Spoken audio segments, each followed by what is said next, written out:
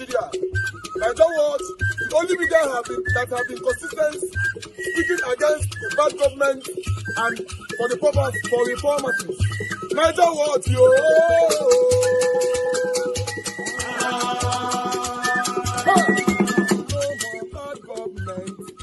No more bad government. Niger what? No more bad government. Niger what? No more bad government. The only media that have been speaking. No more bad government. The voice of the voiceless. No more bad government.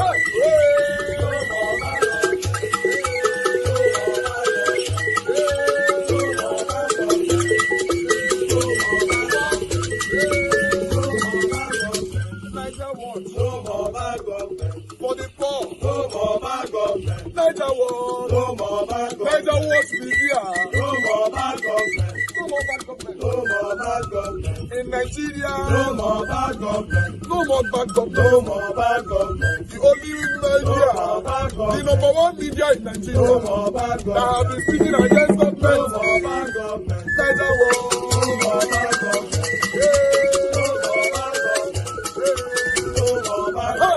Niger what you? The voice of the voiceless. The voice of the voiceless.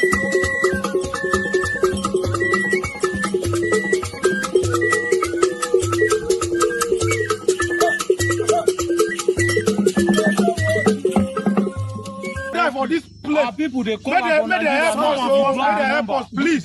We are 11 people. No water, nothing. There we dey no food. We don't tire for this place. We need na help.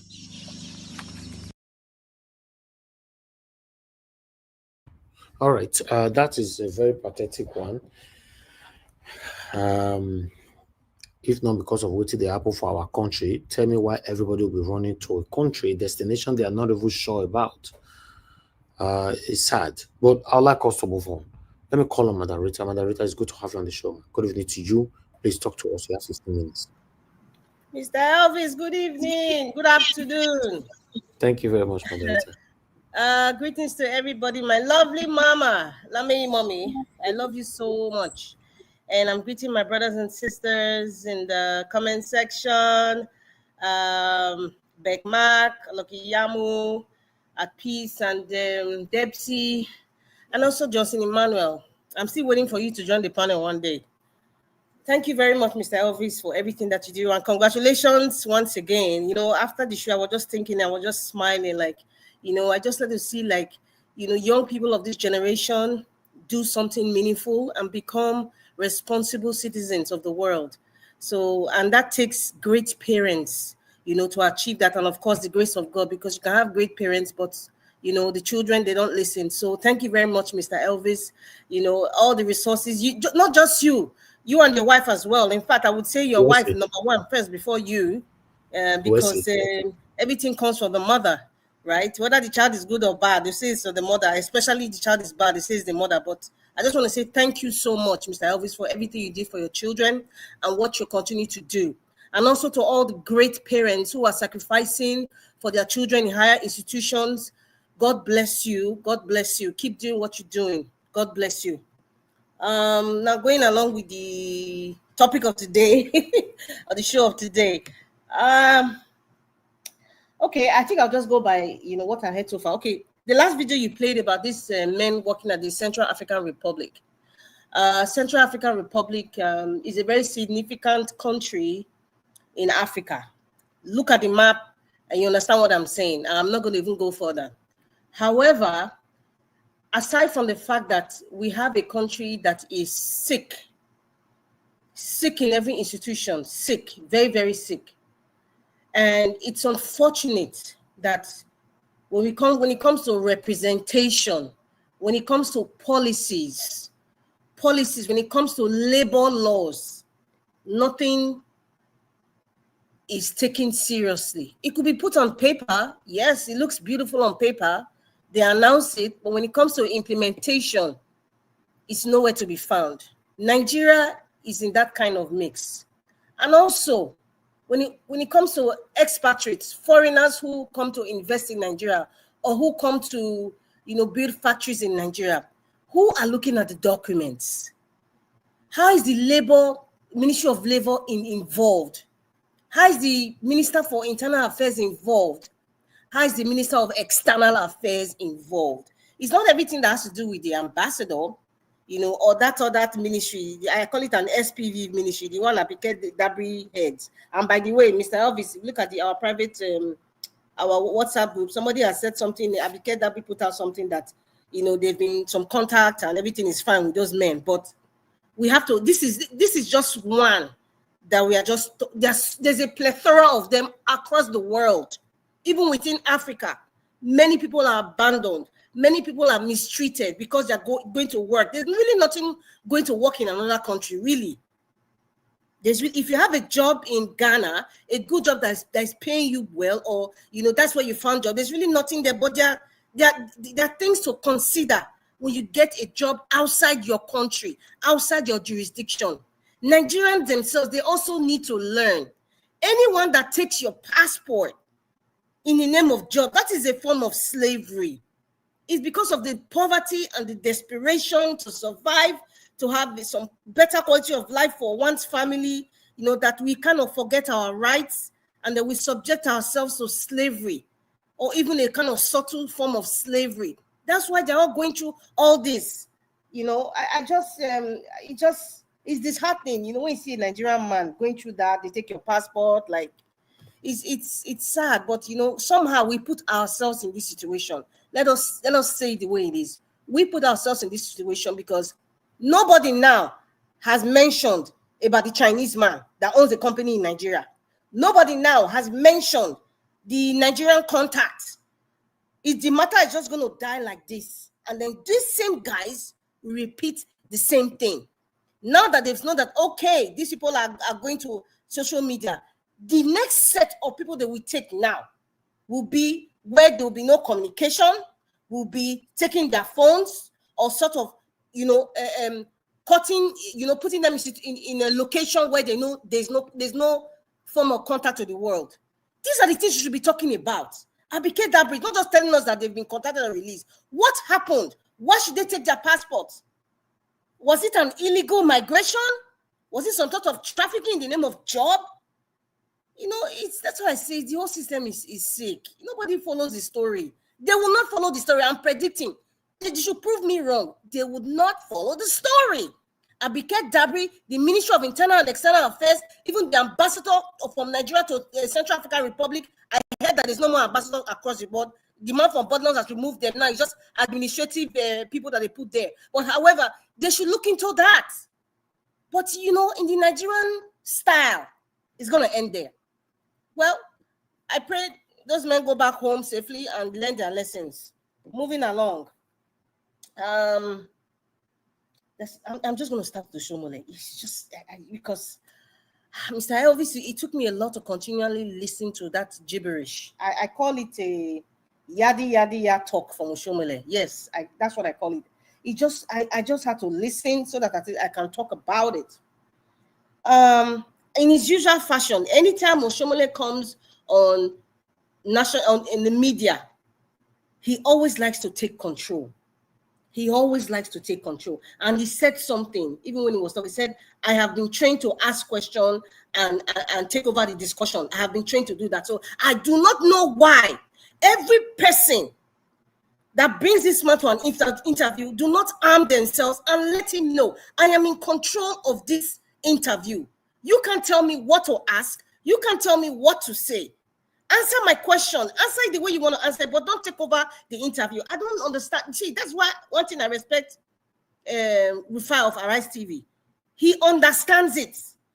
This Mr. Charles, I don't know, he was kind of fanning out or being, I was seeing some sort of subservience because you're talking to a senator or you're talking to a former governor.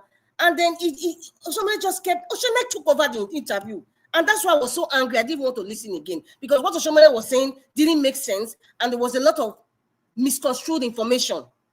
Number one, going back to Peter Obi, he was saying, we come to you come and donate, giving a handout. He used the word handout. 15 million naira is not handout, Mr. Oshomole. 15 million naira giving for free is not a handout.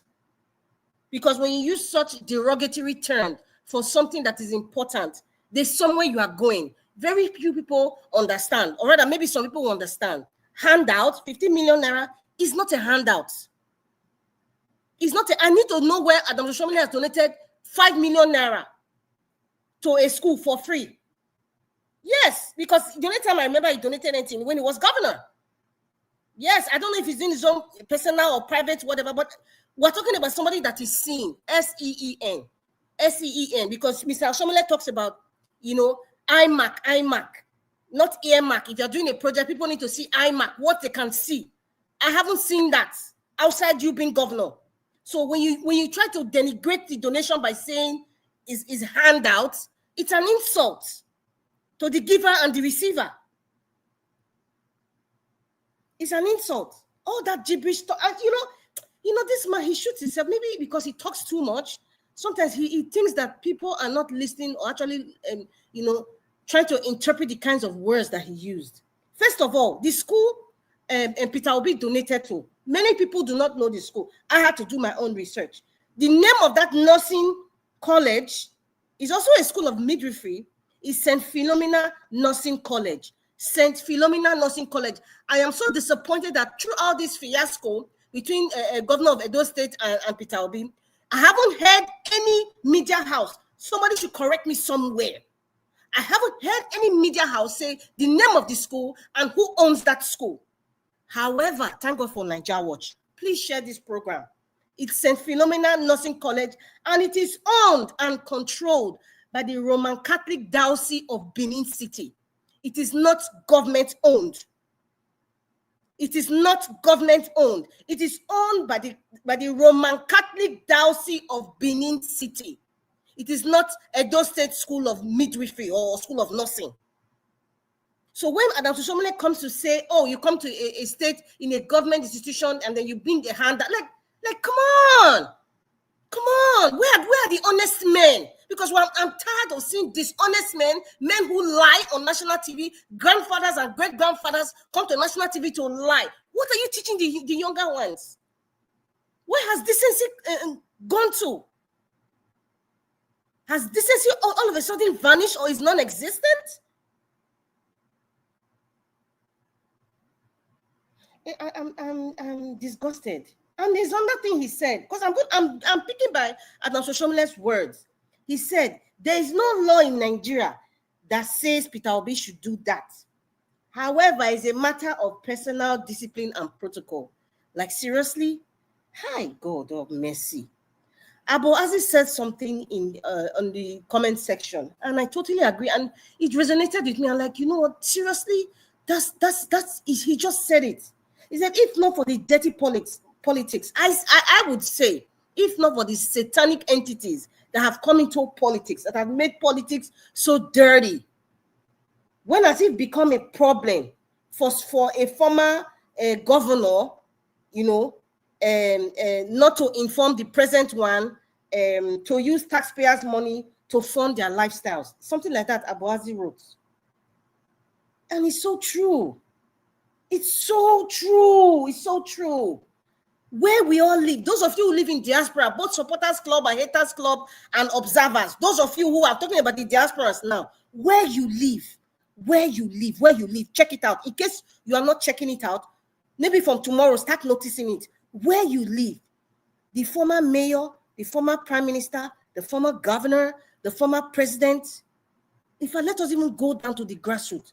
The former mayor now. Forget about the councillors and the rest, because I know some of you don't even know your councillor in where you live. But let us go to the mayor in where you live now, or the governor in where you live.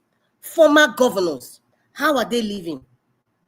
Have you seen in any way that they complain that this former governor, because our country is so useless and we don't know our right, this former governor is continually using the taxpayers' money. I repeat, taxpayers' money to fund their lifestyle. Peter Obi is teaching this generation how to behave if you become a leader. Pre and post being a leader, this is how to behave. If not for the useless entitlement, the luxury of governance in Nigeria, why would you even need a car, Adams Oshomole, or even ask for a car, or ask for security as a former governor? I'm talking to those of you who live in diaspora. Has it happened to any of those those people in political positions in where you live? Even those not even in political position, they dare not use the office money to buy coffee for themselves. Madam Rita, they can't even try it. I'm asking those of you in diaspora who cannot be reasonable. I'm talking to the unreasonable ones now. If not for the year country, when we they sit today, are you supposed to be using taxpayers' money for security as a private citizen? Like seriously, Adam Shoshomole, like seriously? Seriously? Please, you guys, what I'm saying, please educate other people, no, because this is an educational program. It can't happen. But so we now see it as a norm. It's not normal. After all, the man from Bodilon, have you seen what they get as ex-governors? Have you seen what an ex-governor of Lagos State gets? They live better than even some kings in some countries. As a former governor, and you even said it is not in the constitution, but you are saying it. You see that? Mr. Elvis, I know because of your rules, I'm just trying to not use derogatory words on people like this that misinform people that have opportunity to come and just talk gibberish on national TV. You have 1 minute left. I have 1 minute left. Yes, so I don't mind. I will stick on this Oshomole's issue. I have 1 minute left. It's okay. He's just talking nonsense. He's talking nonsense. And even coming to think about the comment Governor Monday Okpebholo said. See, this is where education comes. I heard somebody say today, if you think education is expensive, try ignorance. And that is so true. If Monday Okpebholo had to make that kind of statement, he shouldn't have said it the way he said it, because he looked like a threat. We all know it's like a threat. We know it's a threat. How can you say your safety is not guaranteed? I am not joking. Who do you tell that to and feel comfortable? Please, my recommendation, finally, Edo State government, please get a primary 1 teacher. I'm serious and I'm not joking. Get a primary 1 teacher. Let's start from there. There's no shame. Get a primary 1 teacher for Monday Okpebholo, and we'll take it from there. Thank you very much. Okay. Thank you very much, Madam Rita. God bless you. Thanks for that submission. I would like to quickly add to your last statement over Okpebholo.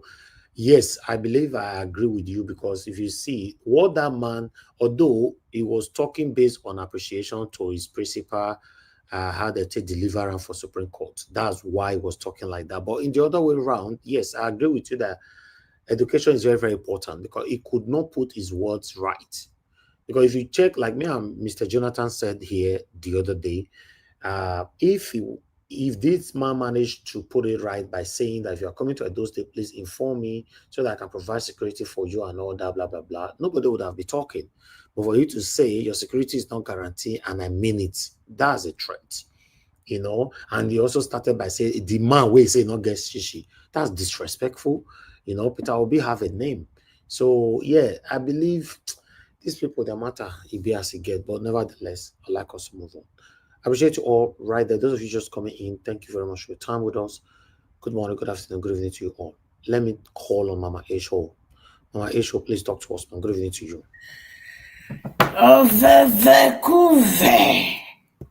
Now, what I shall they talk with that too. Before I forget, I proceed. That thing when I request, at 8 p.m. I go work, Abi. Elvis. When?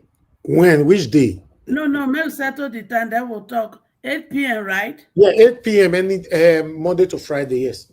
Okay, then I go give you 2 days notice, right? Yeah, 2 days notice is better. Yeah. Okay, that's just what I wanted to confirm. Thank you, man. All right, thank you. Thank you very much, beloved Elvis. Once again, congratulations, and thank you, man. To you and our wonderful daughter. You continue to fly higher for us. We are counting on you, because you guys are the one we are fighting for a new Nigeria for. So, Mommy Diaspora, thank you. lovely greetings to you. To all the panelists, my lovely greeting to everyone, and to all the viewers, all the listeners, and the commenter, greetings to everyone. You see, I want to start with our beloved brothers that are Japa and stranded. What you just see now, there are millions of it out there. Modernized slavery, that is what is going on. And to even think that our Nigerians that want to make money by all means are the one collecting money from these ones in the name of a better job out there. And when they get there, for the men, that is one. For the ladies, they turn them to Olosho.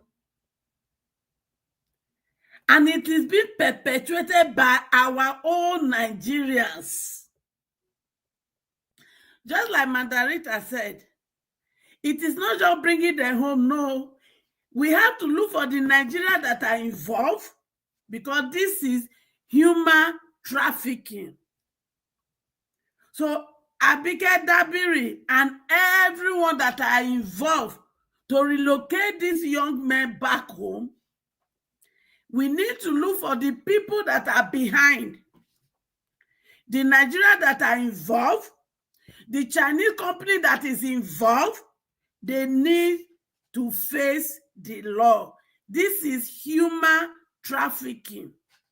And to the Chinese, I don't blame Una. I go blame Una. Because now rat when they inside her, now they call the one when they outside. Say food they here make you come eat. Now our fellow Nigerian, now put us for una hand. Now I put my children for una hand when make una they treat them this way. But to the Chinese company, I want to ask you now, this nonsense that you people are doing to us in our own country, in your country, is that what we do to you? Is that how you treat us over there? The answer is no. Because my understanding is that even to own a company in your country, your own person name must be number one. And I know the reason why you people do it like that, so that if anything happens, I go take over. In your country, Chinese, in your country, do we have right to even buy land? But I don't blame you people. Una come here, una they buy our land, no problem. That is why this coming 2027 now do that affair. Because when we get the right leadership in place, those land won't collect, won't in the name of buy. We go revisit them. Because if you people are not giving my people the right to own land in your country, then you don't have a right to own land in our country. But I don't blame Una. Now the leaders when we get, now give Una this audacity. But I want to beg the people involved in this matter that it is not just bringing these people home. The people involved must be brought to book. And in case they don't do it, I am calling on Barrister Enembe and I am calling on Barrister Deji. Help us to make sure the people behind this trafficking of our brothers over there, they are brought to book. Not only just bringing them to book, they must pay compensation for these people, especially the Chinese company that make them to work and doesn't want to pay them. They must pay. They must pay. And if possible, if any person get any information on the people that are currently handling it, I beg, I want to know, because I want to make sure I follow up to make sure, say, the matter not just there for talking or bring them home. Let us get justice. Because if we start getting justice, we will begin to stop this trafficking of our people one after the other. Thank you. And for Oshomole, I don't blame you. I don't blame you at all. Because your name na liar. Everything when they come from your mouth, if they analyze them very well, you even lie past the devil. In fact, if the devil they see you, they lie, he go meet Papa God say, hey, you think so me I tell lies. But look, Oshomole, he lie past me. So the same judgment when you give me, give unto Oshomole. If I give am double, Oshomole, shame on you. I cannot call you senator or S because everything about you is not excellent. It's not excellent at all. So you do not deserve the word excellency from my mouth because you are not excellent. Your character is not excellent. Everything that comes out of your mouth is nothing but lie. And shame on you. Is it the kind of Nigeria you want to live for this younger generation? What are you teaching them? If they look at you, they hear you, they listen to you, what are they learning from you, Oshomole? Nothing but lie and shame on you. And all of you that had used lie to destroy Nigeria. And you want to continue to use lie to keep this your destruction as an establishment that will be retained forever. I say to you, no, because when truth meets lie, truth will surely prevail. We are going to use truth to liberate my children from your grip, and my children will be enthroned in their rightful throne. Because no Nigeria is more than any Nigeria. And all of you that have used lies to destroy Nigeria, we are going to use the weapon of truth and the power of team player. And in unity shall we take over our country from your hands, so that my children will be able to stay back in their country, and they will not travel out of Nigeria to become slaves, because they are not born to be slaves. My children, they are king, they are prince, they are princess. That is who they are. But you turn them to something else. But no, as a mother hen, I am going to fight with everything that God has given to me, and my children shall be liberated for good. Thank you, and God bless us. All right, Mama Aisha, thank you very much, ma, for that submission. Thank you. God bless you. All right, I'd like us to move on to the next person quickly. Supposed to be Black Panther, but your network is failing. Black Panther, are you there? Your network is seriously failing. So I'll just move on to Mr. Jonathan. Mr. Jonathan, it's good to have you today, as usual. Good evening to you, sir. Talk to us. Mr. Elvis, I greet you once again. Happy Saturday. And congratulations to your daughter, to your family. Thank you, again, God bless you. I greet my fellow panelists. God bless you all, and Mommy Diaspora. God bless you greatly. And congratulations to you too. All the commenters and all the callers. I greet everyone. God bless you greatly. Welcome. I will toe the line of Mama Aisha. I will start with that. When she talked about the treatment that they are giving to Nigerians.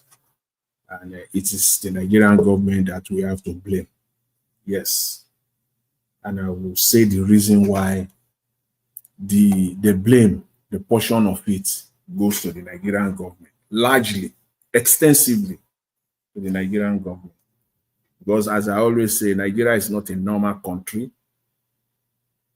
Nigeria is not a normal, it has not been a normal country, and it's getting worse and worse by the day. the way they are treating Nigerian citizens is because Nigeria is not normal. So the treatment that Nigerian citizens are getting will not be normal. It is the way the government is treating our own citizens. We expect the same thing.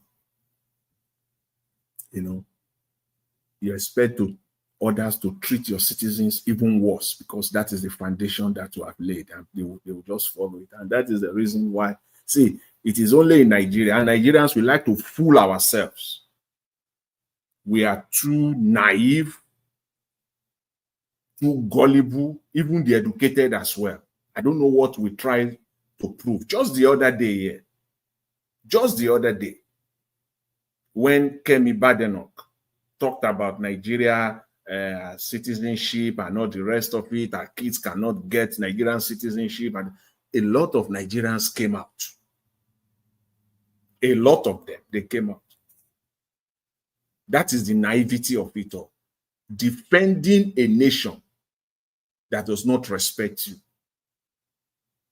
It is the only country in the world that will be expecting the act of patriotism from a citizen is the Nigerian state.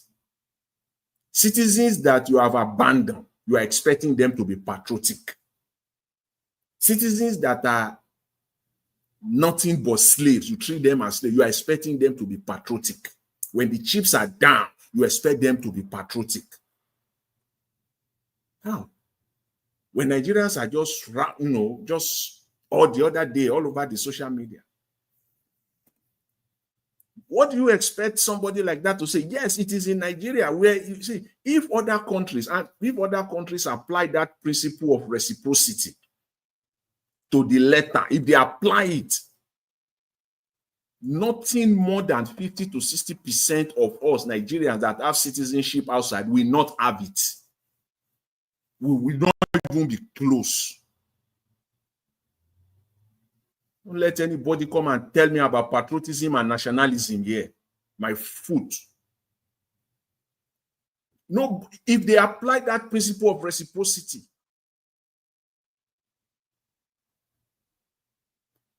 it's not going to be easy. Most Nigerians, most of us will not have that citizenship. If a Nigerian marries a foreigner in Nigeria, that foreigner will not get Nigerian citizenship. And thousands and thousands and thousands of Nigeria, I don't know the exact number, but I know they are in the thousands, if not in the millions, most likely, Nigerians that married Westerners, that got their citizenship through that arrangement. Directly, indirectly. Mr. Jonathan. Yes? You see this thing you just mentioned now, about the citizenship. They have argued with me so many channels about it. I told them they don't allow, if you marry outside, then the outsider will not become citizen. Nigeria does not allow it. Not in Nigeria. I told them. And in Nigeria, if you think that it is that crooked, abnormal nation, if you think that it is easy, the way we are in the Western world, if you follow the process, you follow the law, you will get what? Go and follow the process. Go and follow the law in Nigeria. Go and try it. Some few years ago, 2019 to be precise, I took my daughter to Nigeria. Yeah. Went to the Nigeria. Casey, you can off your camera now, Oga Casey, if you want. Went to the Nigerian embassy. They gave 6 months visa. I said, what? 6 months? 6 months visa. 6 months. And they say it's multiple entry. What is multiple? What has this month has to do 6 months with multiple entry? What is that rubbish? And now United States now said they are going to, since 2019, that USA just came out now and said they are going to start applying the same thing. All hell broke loose. Is United States your country? Must you be there for a whole one? If you want to be their citizen, go and follow the rule, go and follow the law and apply and become citizens of United States. There are so many routes that you can take. It is only in Nigeria they will be expecting patriotism and nationalism from citizens that you don't respect, citizens that you don't provide there for. You are expecting patriotism from them. How come? This is rubbish. We need to speak true to ourselves. Nigerian government doesn't deserve all these ones. If you think you are patriotic, when the chips are down, you now want to bring that your patriotism. Please bring your patriotism out now and fight for free and fair election. That's where your true patriotism is really needed. Bring it out now. Bring it out now to fight the corrupt system. Not when somebody sit down somewhere and talk about Nigeria, then you think you are patriotic. All those Nigerians the other day, I just kept quiet. I saw all of them on all over the social media. All of them about mounting Kemi Badenoch for what she said. She's also a Nigerian citizen. The same problem or challenges, forget about a political whatever. The same problem that you and I were facing as a Nigerian. She also has the same thing. Can you come to Nigeria? Go and deal with the Nigerian immigration. Submit application to them and pay the fee and think you will just get what you want just like that. The way you will do it in the Western world. It's not going to happen. And we all know that. So we should not be expecting. My bottom line of my point here is that Nigerians should not be expecting, Nigerian as a nation should not be expecting patriotism from our citizens. You don't do, you can't do that. And the other thing I want to say is on this Oshiomhole. Again, you know that Nigeria is not a normal country now. Everything Oshiomhole said there was all abnormal. It doesn't make sense. That man is a clown. Ajasko. I was just looking at him. I was laughing all through that interview.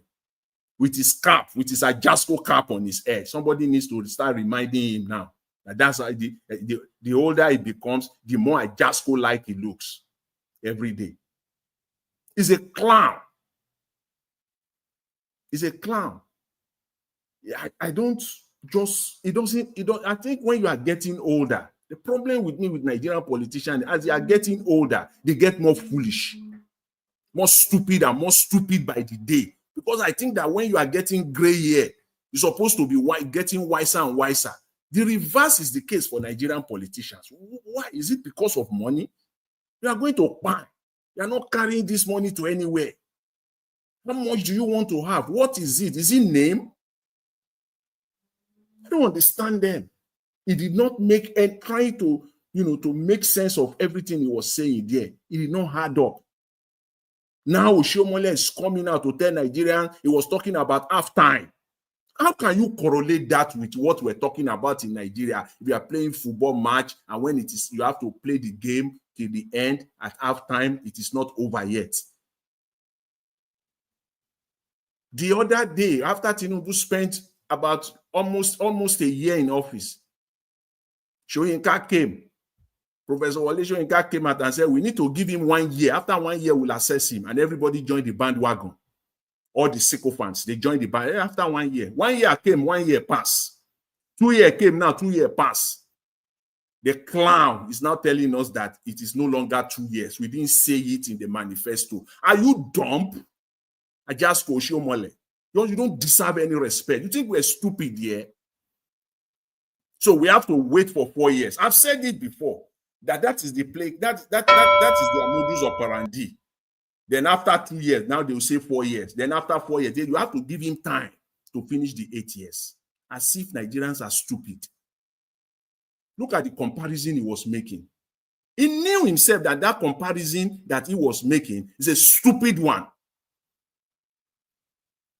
And for Charles on this very interview, I think I score him low. The Charles of Arise. I have a very great, deep respect for him. But on this interview, I score him very, very low. He allowed the man to take control and took charge of the whole thing. For what? He always take control of all the journalists in Nigeria. See, go back to that interview. He asked him 4 questions only. And those 4 questions were not even complete. Oshiomhole took control of all of them, of the entire time. And he was late. He was very, very. That man is just calling what he was late for. He was late, and he's an Olodo tailor. He was late for 8 minutes, so I wish it was Airpeace now for beat all of the for them. Anyway.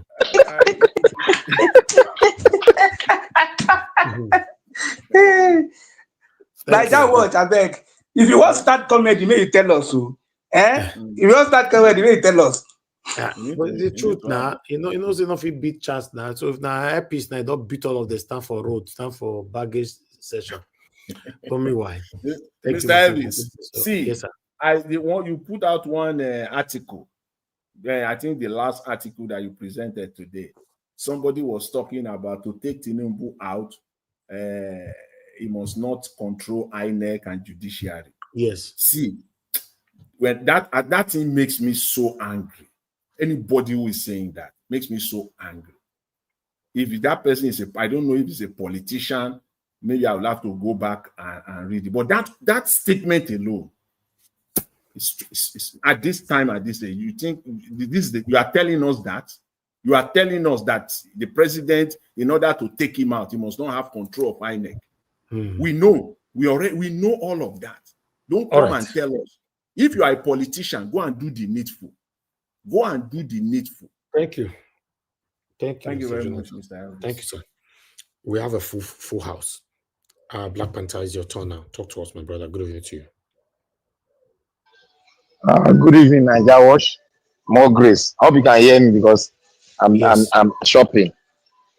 Thank you so much for the shop. Nice, you know, disturb you. Okay. With the heard noise of children there, more come back to you. Okay. Thank you. Yeah. Okay, let me come to Mr. Alabo. Mr. Alabo, it's good to have you on the show. Our Dream Nation. Talk to us. Good evening to you. Mr. Good evening, Mr. Elvis. No, I deal with you. Calm down. Okay. Calm down. Okay, sir. Thank you. Please talk to us. Good evening to you. Yeah, still in the mood of celebration. Thank you, my brother. Congratulations once again. Yeah, celebration no go cease from us. My warm regards to the family and the backroom staff and Nigerians, those on the comment section. Let us continue to hit on the like button. Mommy Dospara and everyone on the panel. God bless us for finding it possible coming out today to discuss what really bothers us about our country and how we can move it forward. It's very important. That is one of the things that is really kickstarting most of us, making us to, even if we are sitting down, we can sit in every channel we see, every medium we can use. We'll keep using our voice to speak. Because if you keep quiet, it's going to affect you, affect your children, affect the next generation to come. We cannot keep quiet and allow this criminal element to hijack our country as it is. A man came out in 2002, 2003, 2022 and 2023, said he need to run away with it. Just take it that power is not serve a la carte, that you have to do it this way and run away with it. And he took Nigeria power and is running away with it. And running away with it is doing everything possible to make Nigeria find it difficult to get the power from him. He's the man in charge. He controls the INEC. The new APC chairman today, you can see, is a former INEC rep. He has served in about 6 states, if I'm not mistaken, before he resigned, before he left and joined the ministerial appointment to serve Tinubu. That is the person he brought in today to be as a APC chairman. So it's dangerous for our democracy when you see people of that nature coming in like this, becoming leaders of politics. Because when you become an umpire of INEC, it means that people, technocrats, neutral people who are not politicians.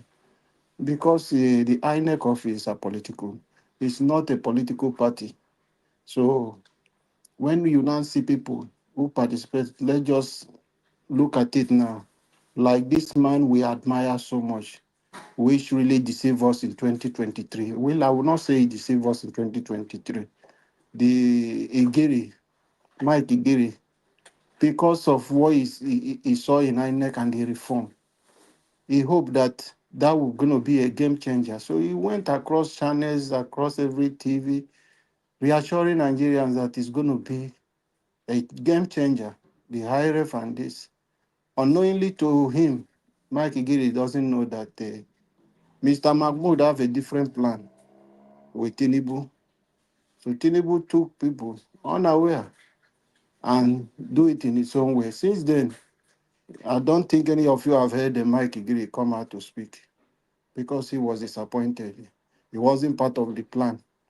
But however, today, the person we see in power today is not ready. Initially, I used to push for this electoral reform, but when I saw something and I understand that the man Jagaban will never do electoral reform for Nigeria because he knows how we got into power and he know what they did in 2015 to take power from Goodluck Jonathan.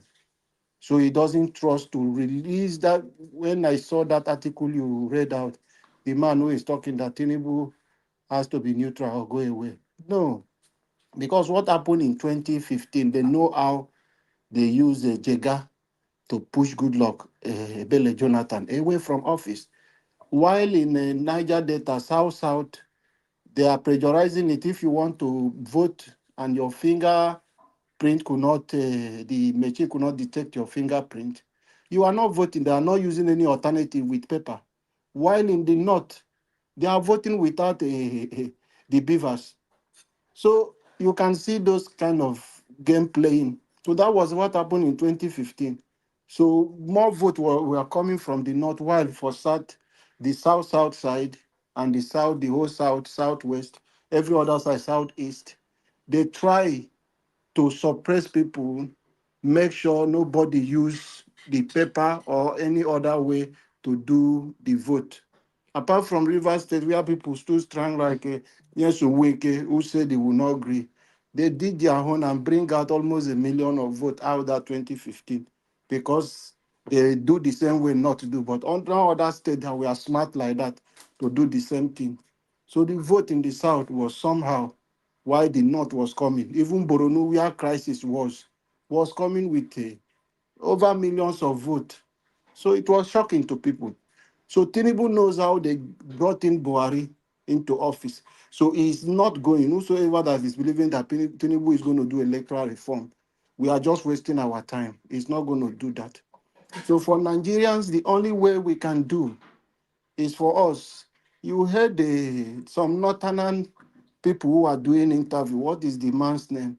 He said for the way, that is the northern, and they believe that the way for them to take over power in 2027 from Tinubu is going to come through sweat and blood. That is what the northern are doing because they believe that Tinubu is not going to, even if he lost the election, he's not going to give up. So that is their own strategy for them to take over power. But for us who believe in a new Nigeria, Peter Obi is running. Peter Obi, he has not told us he's not going to run. He's there. The North are accepting him. He's getting into the heart of people because there is no record that can beat this man. Look at the people who are visiting Tinubu. I don't even see the set of 1999 to 2007 governors. You can see all of them.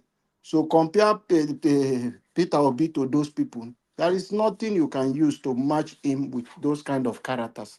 This man is exceptional. He's a good man. He has done much better. The people they are even comparing Obi with to say, which he has even done much and is much popular than Azikiwe and people like Awolowo.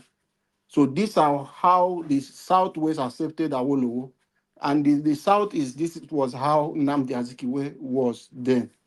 But he could not get the momentum and the kind of popularity that Peter Obi got today.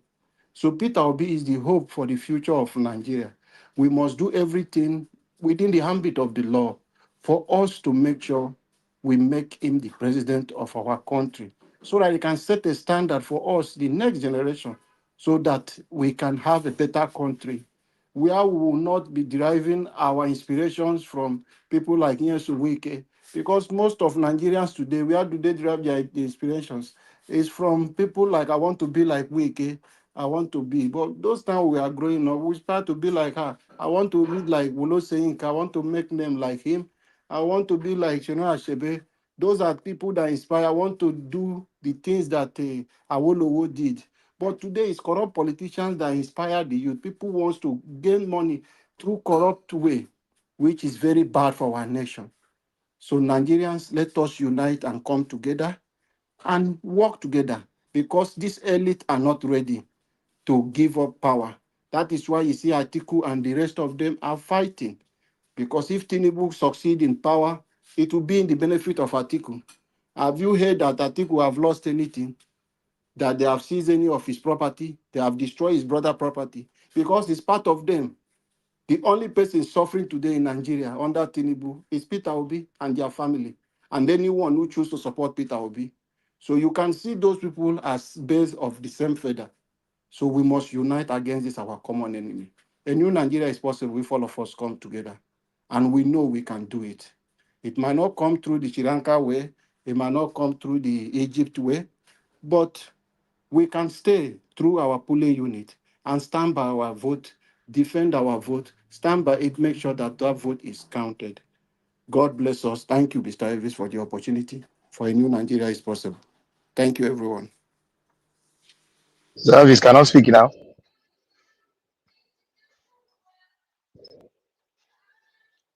All right. Talk. Thank you. No, thank you, Mr. Alabo. Thanks for your submission. God bless you. I appreciate you. Somebody wanted to ask a question. No, it's me that I want to speak now. Okay, you are ready now. Okay, go ahead. Talk to us. Yeah. I want to thank you, Niger Wash. Kudos to you. Thank you for your absolute response to so many issues in Nigeria. Thank you for opening your channel for us to really have the opportunity to speak to a wider audience, diaspora, and in Nigeria, you would have opportunity to be online. And I want to also thank you for bringing up a child, to attain such a level. And I want to speak to our mommy. Mommy, your impartation of wisdom and character into your son has produced another of your vision that you want to see in your son. It has been produced in your granddaughter. May God bless you. Thank you very much for being an example of a great mother that every mother all around the world should emulate. It is not what you gain now, but you must impact your vision, what you want to see into your son, and thereby your son making a replica of that vision you have seen. Mommy, thank you so much. May God bless you. I want to say here that to all Nigerians, let us keep our hope high and let us keep digging and fighting. We don't know when the rain will fall, but we only know that the rain must fall. There is nothing possible in this world.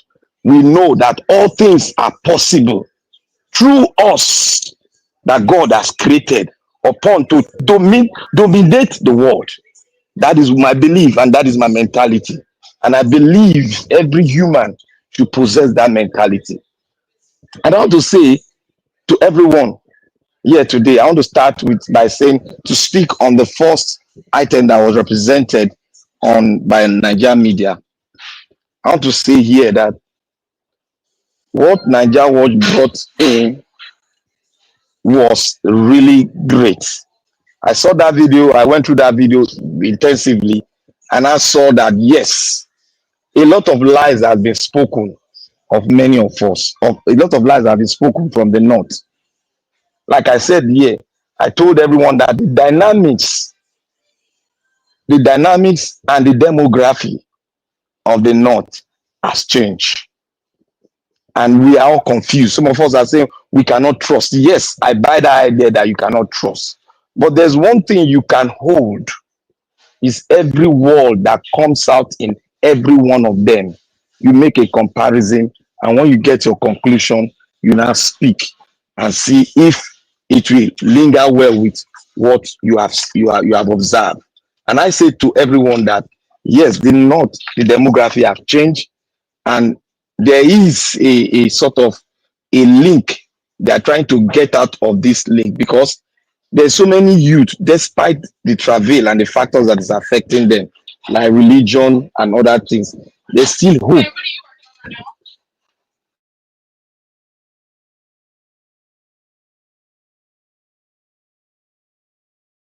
And Slim Par, Freddie Lumbo play for us. Okay, thank you. Black Panther, thank you so much for that submission. I appreciate you. Okay, let's move on to the next person to talk to us, which is Mr. Odoa. Mr. Odoa, it's good to have you on the show. Thank you very much. Good evening to you. I beg talk to us. Guys, please help us to press on the like. If you can, share the link. Thank you. Mr. Odoa, thank you, sir. Good evening, Mr. Nijawash. Thank you very much. Congratulations once again. Congratulations. Good evening, Mommy Diaspora. Congratulations, Mommy, for your good work, for your good brought up, and for the great job that you have done. Because if a child is not behaving well, they will begin to insult the mother. Nobody talk to his father. But when the child is behaving well, everybody praise his father. Whereas it's the mother that do the job. Well, thank you, man. We appreciate. Thank you. Good evening, all the commenters, listeners, viewers. And good evening, all the people in the panel. Thank you all for your submissions and your good work. Where the person who told Tinubu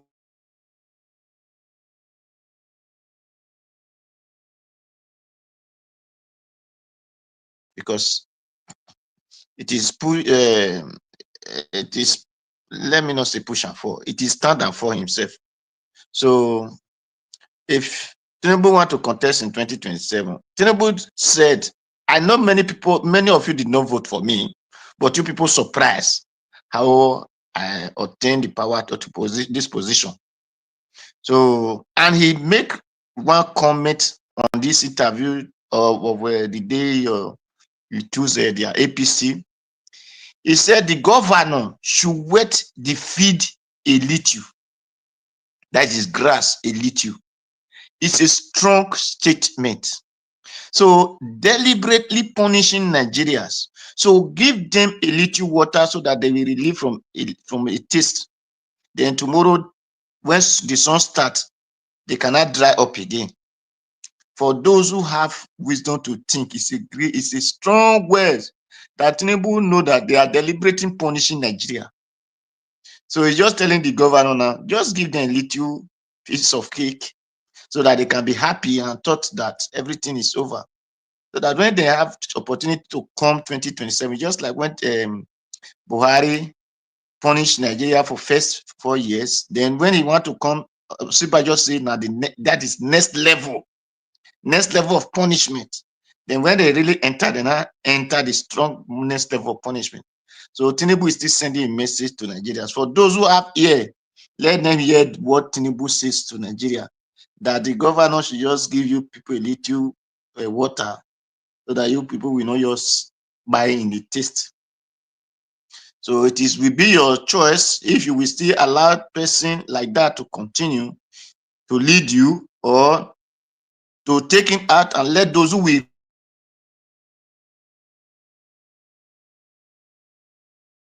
positions. So that is Tinubu message for you.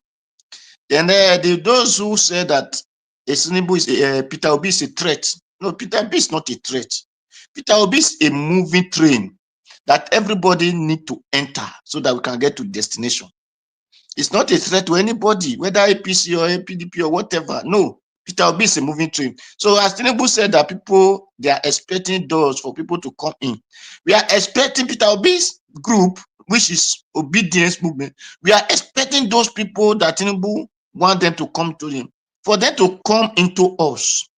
The only thing that is holding us now is just for Peter Obi to declare one party, that this is the party I want to contest from. Whether the PTP, who said they are still expecting their assets, or whatever, ADC and what else, or even AAC or NPP or APD, is what Peter Obi want to contest, is what we just want him to say now. So that those people that Tinubu we are expecting to join him before, all of them will now come to our group.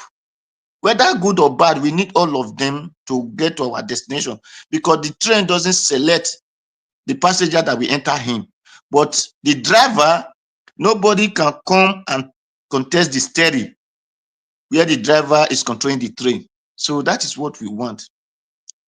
Then Oshemole that went to arise these things and said it's a protocol.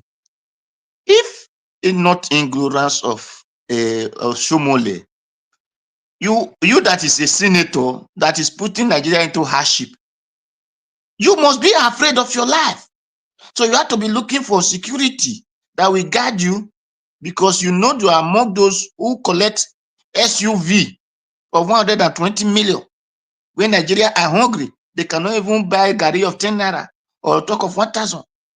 So you are comparing with yourself with Peter Obi, who is a free man, who since he left office did not collect 1 kobo from the government. You, the Oshomole, which those state people, those state government are still giving money in the name of just 4 years, they will tell a special that you are awarding of it. A person that worked 32 years did not receive what you people that work in 4 years are receiving. Or if you are lucky, you work in 8 years, the money you receive, the allowance, the house of choice, the any direction you want to build, the hospital care, whatever, the money you people are receiving. Peter Obi, which is a free man, never have kobo to take with you people. Then you people are comparing yourself with it. Then when you went to Enugu, you went to Enugu, you went to go and lecture. It is your choice to call the governor. It is your choice not to call the governor. It is the governor did not say it is must that you must call him. No. Those people that come to the police are guarding the street. Do they call the governor before police start escorting them? No, it is their choice to meet the inspector of police or to meet whoever commissioner of the police to give them security. And it is their choice for them to say, I am free man. I can go anywhere I want without police security. So, people will say it was a former governor. Being a former governor did not mean that you must carry security. In this place I live, when you see the people we call governor of the state, they live upstairs. If they live downstairs, we'll be living upstairs. We live upstairs, then we'll be living downstairs. That is how we live here. If they are going, they ride bicycle, just like the way me and you ride bicycle. So they have no security attached to them, not to talk of because they are leaving this state to another state, they are going to be looking for security. No. Then we enter the same train that me I enter. The only thing that they have the money, they can go and buy what you call executive. Then when me I buy the common. That is just the difference. But the same direction the train will take us to.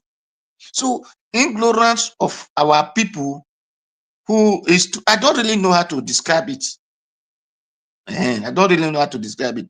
Even if you said it's an advice cannot be compared that things happened to me in airport. When I came down in airport, that's what Modukbelo said, that when he came down in airport, the police told him not to go into the city.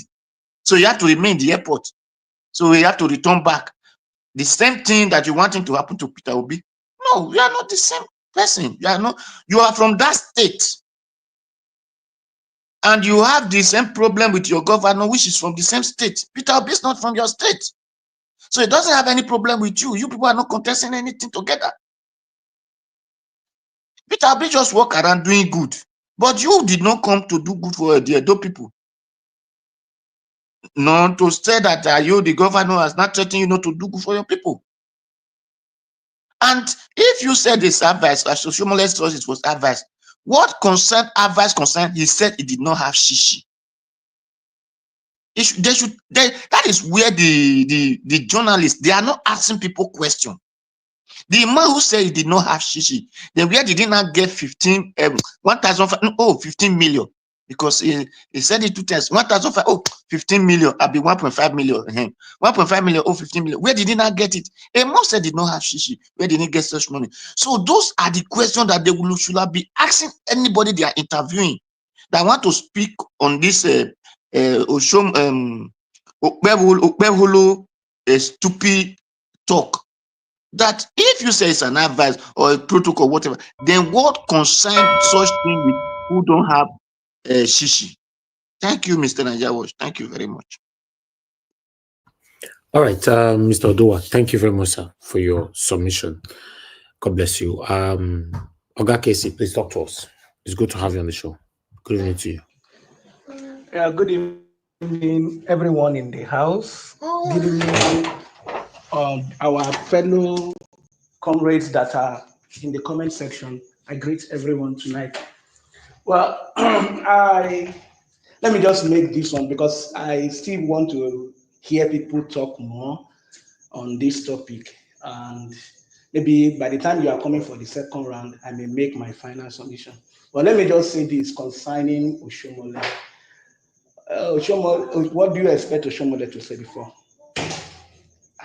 By now, if somebody is coming to a media to speak, we should set our expectations. That will enable us to dismiss their comments with a wave of hand. And my brother that was blaming Charles before, please don't blame Charles. I will give you the reason. They said there is a popular adage they used to make here in Nigeria that if you see a madman, if you are taking your bet and you hang your clothes outside, and lo and behold, the madman came and carried your clothes and started running, and you ran out of the bedroom immediately, and you ran along with him. When the people see the first madman, they will not say anything because they already know it's a madman. But when they see the person that the madman took his or her clothes running after him, they will not say, no, they are now two mad people in the street. Charles is a well-trained journalist. If you come down constructively, look at the interview he had with Baba-Ahmed and look at the interview he had with Oshomole. Oshomole does not allow you to land when you are having conversation. He will want to throw it into fight. It will be as if he's in the market. And Charles is not good at that.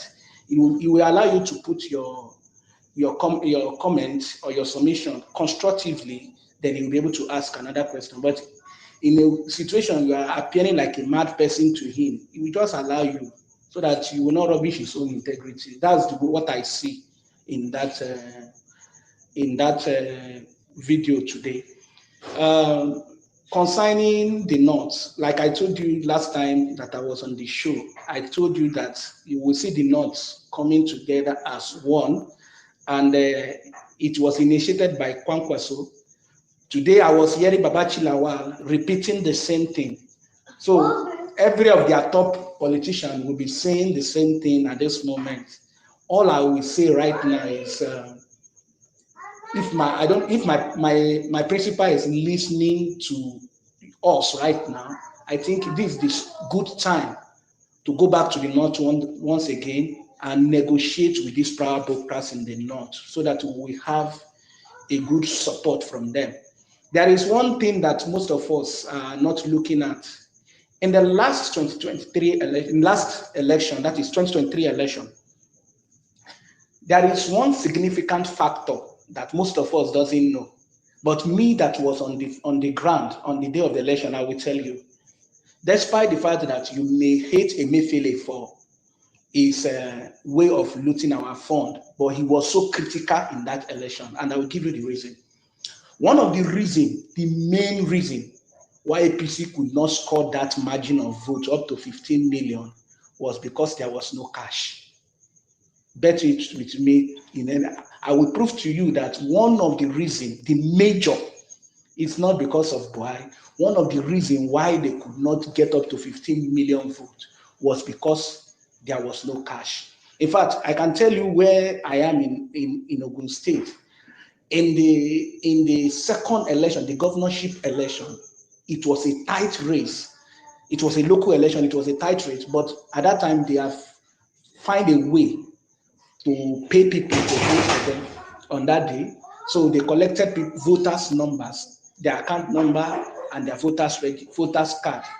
So they do transfer to them, and that was how they were able to get voters to vote for them on the day of election. And I can tell you, if you go and check that election again, the number of voters that participated is more than the first one, which is the presidential election. So Emefiele created that avenue because of that no physical cash during that election period. People could not believe people that want to that are saying that they will give them money for them to vote for them. And you can now see after Tinubu comes to power, all the election they have been conducting, APC has been winning landslide. APC has been winning all the election landslide because now cash is into circulation. Which state are you referring to? The entire Nigeria or a specific state? I'm talking of the South. I cannot speak for the North now. But in an Edo election, governorship election, you saw what happened. You see, people are hungry. I can tell you, most of us that speak truth like this is people that have something to do, something that put food on the table. A lot of people does not have what put food on their table. But APC won the southern states now. What's the margin? Margin of what? What's the margin? Margin in terms. Give me the state. Give me each of the state. I will give you. I will give you my submission. Finish your submission so that I if will not. You're saying APC won Sundance. APC won the southern. APC won the southern state. But what was when the you margin? Say south, wait, when you say south, southwest, south or south or southwest? I'm talking right now, southwest. Okay, south, all right.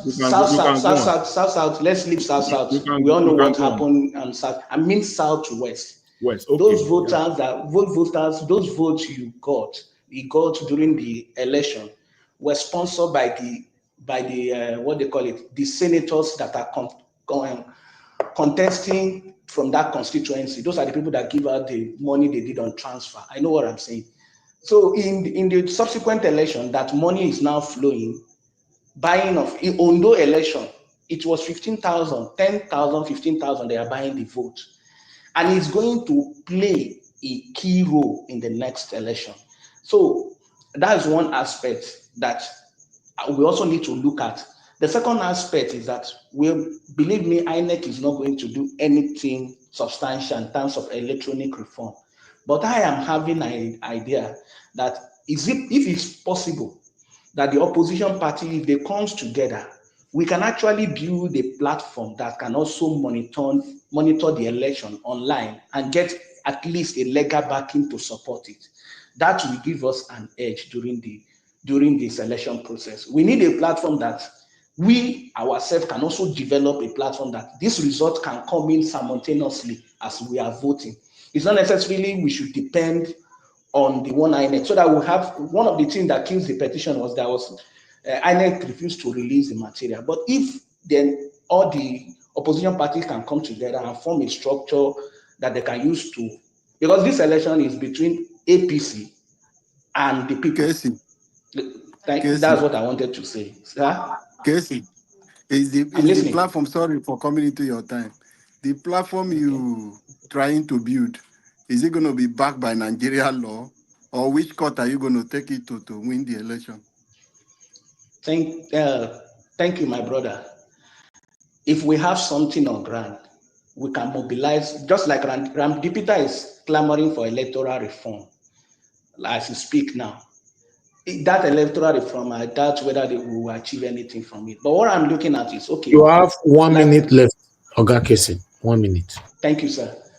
Let me just put it in this way. What if we develop an online voting system and we really have the Nigerians to back it and find some good lawyers to get a legitimate to it? What do you people think? I'm just coming up with things in my mind. I don't know. That's what. Casey, that is outside the INEC jurisdiction. Which one will you build another government? Which law that will recognize that? I'm not saying build another government. I am saying build an online system that once we are declaring the result across Nigeria, Nigerians can upload their results. And if all the opposition parties agreed and find good lawyers, we can fight for something with it. That's what I'm saying. Anything that will make Tinubu to lose will not be agreed that in that house. APC is having 19% in that house right now. That's my submission. Thank you. Thank you. But what you people are asking question. What this man is saying is a straightforward thing now. Build a system that will enable voters to upload their own result, which the whole world can see at the same time. Is anything wrong with that? Mr. Elvis is the same thing we are doing now, Mr. Elvis. During the election of When people 2023. continue to ask a question to get being confused, I don't understand. Yes, yeah? Mr. Elvis, let me clear you on this now. 2023 election, INEC, Labour Party have their own viewing center. They're not getting PDP anything. have their own Labour viewing Party center was and not party ready for agent. anything, please. They don't have. I was an agent during the election. They don't have. They don't have. They don't. That was where the problem started. They don't have, please. They don't have. We don't have anything that accumulated all the results. They don't have. They don't have. And that was why it was very difficult to come up with evidence. Okay, sorry about that. But PDP have their own. They don't have, my brother. They don't have. Why, Mr. Alabo, hold on, Mr. Casey, please. I don't like people talking on my voice. You know, Mr. Allo, why did you not say Labour Party was having these things? Mr. Alabo, I was the one that said it. Eh? No. Sorry about it. I thought Labour Party have their own. And don't talk here, please. Say things. A lot of people are listening.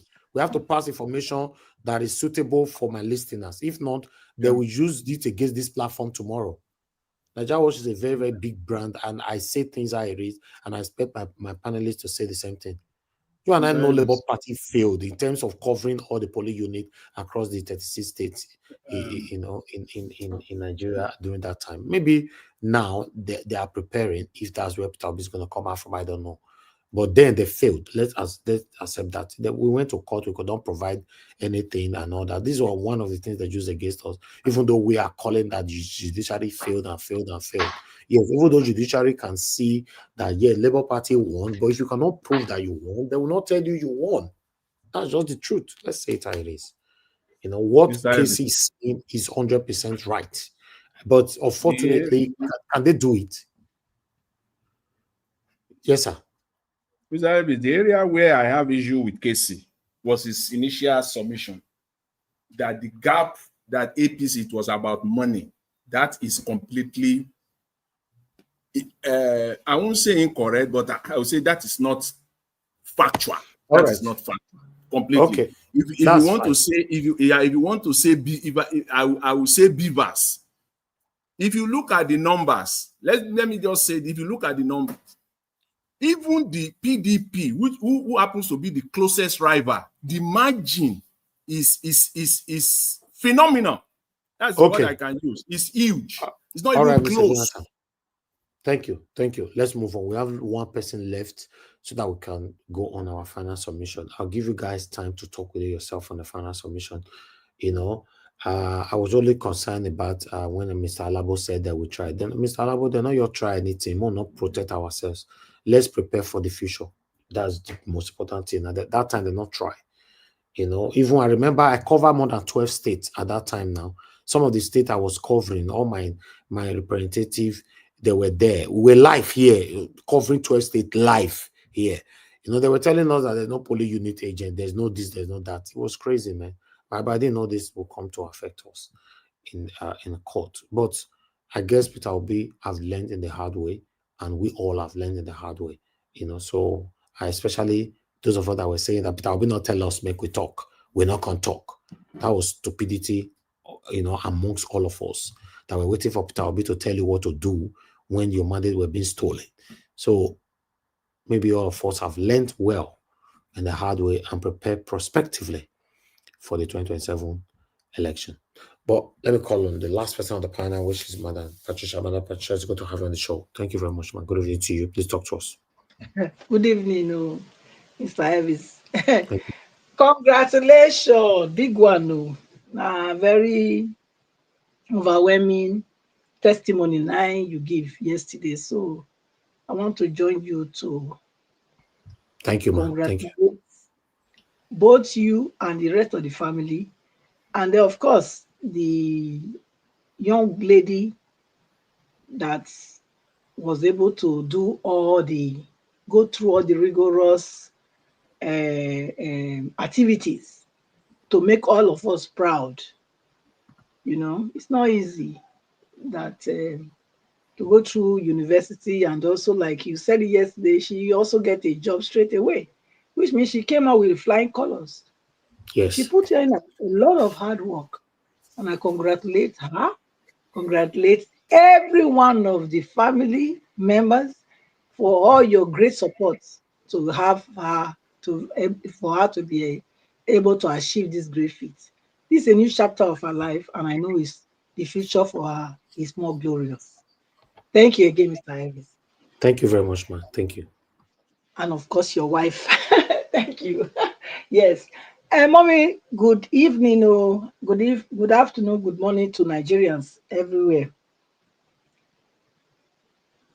Is Today is now weekend. Happy weekend to everyone. I'm glad to be here as usual. I came to do two things, probably three. The other thing I came to do, I've done one. The other one is Oshomole. I go see join Mr. Jonathan. Say na not be only Baba, wetin they call her, wetin you call her, Baba Salah, be wetin you call her. But I was saying na Baba Alinko. I don't know if you know that cartoon. Ajasco. Yeah, just call her, but me I dey call her Alinko. Alinko had a funny hairstyle, you know, those days in Nigeria cartoon. So I saw Oshomole be. In fact, when I was listening to him, your reaction, Mr. Jonathan, was the same reaction like mine. I was laughing and saying, where is this person coming from? What was he talking about? Especially when he started all the lies about Saint Philomena. Saint Philomena is owned by the Catholic Church now. Everybody know that in Benin. Even my own junior sister, the immediate one was born there, and that's why she was even named Philomena. So I don't know where it go. They say na government funded entity. I don't understand. I mean, it's Oshomole, is he okay? I think we need to start to go and check the schedule, because nobody like say this man dey okay. Because since how many years now, when I dey listen to him, I think he has really deteriorated more than before, because his lies are more now that it's just between, it's like day and darkness. Honestly, before he used to put a little decorum, but now, no, the contrast is obvious for even the blind to see. So I don't know where they go, but it's so sad that he's lying with anything and everything that he can think of. I've said it before here that Nigeria journalists, they are a problem. Look, every foul yansh go open. Okay, we wanna get this right, get it right. It doesn't mean say because they say that they do it once, they do like say they do like say yes, they ask the right question.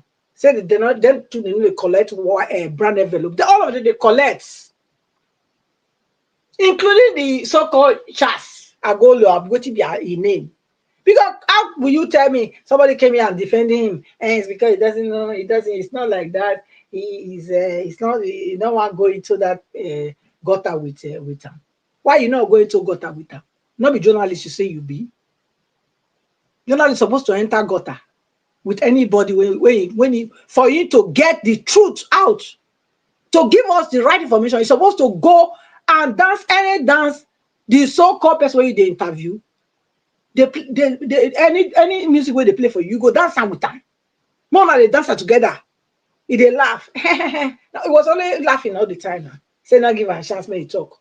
When you know already, Oshomole it's not his first time for Una to invite him to Arise TV. You know his antecedent. You know how he behaves. Then you can't come there. All this now just backstage plan. Their plan is that's how it's gonna go. Now Nigerians now they fool.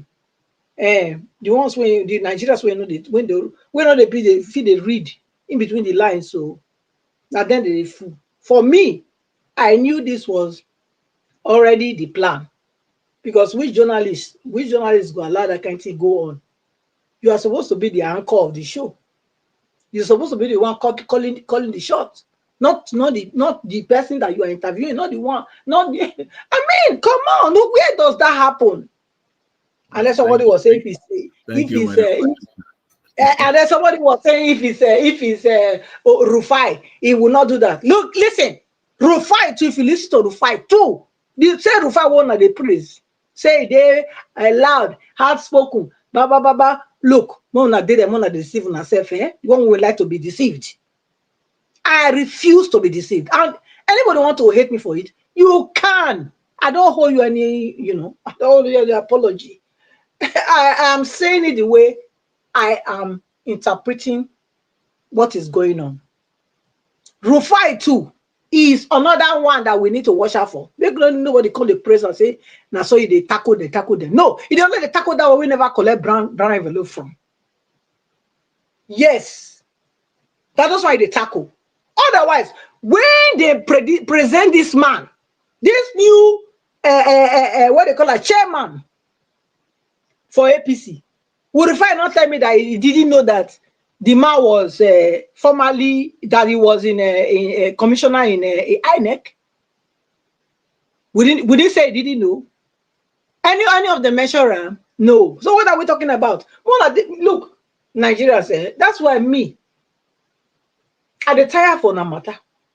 Majority, not be all, majority. I dey tire for na matter because it's like you are crying for help. When the help come, when I go neglect the help, go carry another thing they wrong with that thing. That's say it be. So it's difficult. So every other thing when we dey see today and even in the next months, they've all be, it's a script that is playing. If you like, get sense to read them, have foresight, have insight. If you not like, not do. If you like, blindfold your eyes, say nothing is happening and jump from a 59th floor. You know, that's one angel they wait for you, may catch you. Okay? Now your own problem with that. And I cannot help you. But for me, I cannot be deceived. I've made up my mind. I will never be deceived again. I will never. Nothing will make anybody deceive me. I will not deceive myself. I'm saying true to what my spirit tells me, how I can interpret the happenings around me and those that will affect my generation. That's where I stand. So, Mr. Elvis, I will leave it here. If I'll come back again, fine. If I not, Nigerians, I love you all. Thank you.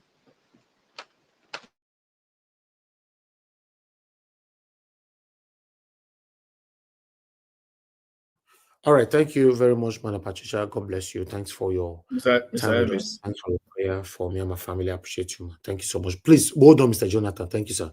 Thank you, everybody. I appreciate every one of you. I'm going to give you guys 1 hour now to talk within yourselves.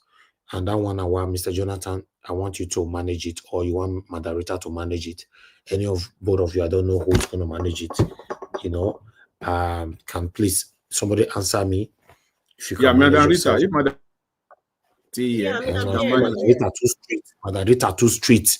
You know, some people say they like. It's not like streetness like that. It's just to be, to be balanced. That's the whole idea. Yeah, she's balanced. For me, she's very, very balanced. Okay. You know? All right. Yeah, she's balanced. She gives you a meaning. If you not say that, so I dare here. Mr. Jonathan, I don't understand you what you mean by balance. Thank you, Madam. Am I not in balance? What are you inciting? All right, Madarita. You people have the floor for final submission 1 hour. Thank you so much. God bless you. We have 1 hour. Okay, thank you very much, Mr. Elvis. So thank you very much, Mr. Jonathan. I don't understand what you mean by balance, because when I take charge, I make sure everything balances. So, but that's okay. That's fine. And yes, I wanted to respond to what Madam Patricia was saying.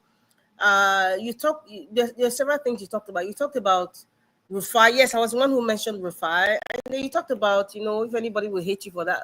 We're not here to hate anybody. I think everybody's entitled to their opinion, and you're entitled to yours. we can only respond when we disagree with anybody's submission. I don't think hate has got nothing to do with it. And, it's just like, we shouldn't deflect from the message that we want to send out there in terms of Nigerians being aware of our present situation, what we can do about it, and also to see the things that they may not, or rather understand the things that they may not understand, to the best of our ability. So I don't think hatred has anything to do with it. And I mentioned Rufai, I said, if Rufai was in that meeting, if Rufai was the one sitting on the chair of Charles with Adams Oshomole, he would have made him know that he's in charge by telling him, I know what you're playing at, I'm in charge. I'm not saying, what's his name? Mr. Charles is not a good journalist. In fact, as a matter of fact, apart from his eloquency, he's a very, very good journalist. But but in the terms of the Nigerian, talking to Nigerian senators or Nigerian politicians who are like vultures and vampire, I think our journalists could do better in also going toe to toe with them and also making them aware that I know the tricks that you're trying to play on national TV. I would not let you do that. Rufai has done it to several personalities that have come to Arise TV. I have seen it, and that's where I was coming from. I'm not saying Rufai is a better journalist or anything of that sort, and it's got nothing to hate, and it is my opinion. And if anybody doesn't disagree, if anybody disagrees, that's okay. But when you watch and you see, then you understand what I'm saying. And this is a general. I'm just saying this generally now. Sometimes we need to watch our journalists and compare them when they talk to certain personalities in Nigeria. Then I guess you remember or understand what I'm talking about. But being that as it may, since we have 1 hour, and I think how many of us are here? 2, 4, 6, 7. So maybe let's start with maybe 5 minutes, and then that 5 minutes, final submission, and then we can talk about anything anybody wants to talk about. So I will start with Mr. Jonathan. Mr. Jonathan, if you're there, you have 5 minutes starting now. Thank you, sir. Thank you. Thank you. You see, yes, I wanted to, just to buttress a little bit what Madam Patricia said, which I agree with her. I was the one who made the comment earlier that I score Charles. I have a very deep, great respect for him as well, But on this particular one, I felt that as an experienced journalist of his class, you should know your guests. I believe you know your guests. Why I kind of concur with Madam Patricia, this is the reason. You should know your guests, and you should prepare for your guests. I'm not just talking as an observer, yes, part of it, but also as someone who has background in journalism. My first degree is in mass communication. My specialization is print journalism. So when I'm talking about when it comes to it, I know there are things I look for. 5 things you look for in an interview. When those 5 items are met, yes, this is a quality interview. If it is 4, you grade it. If it is 3, if it's some, this one is 0. And when you do comparison to,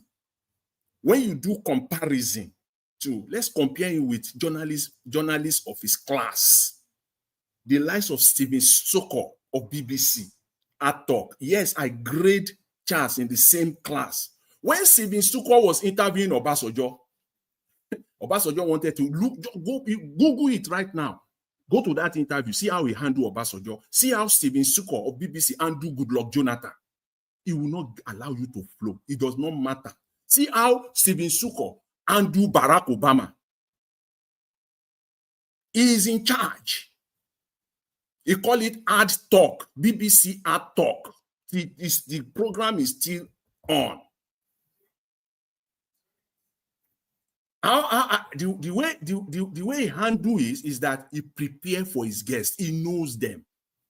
You know your guests. Rule number 1. You don't bring somebody you don't know.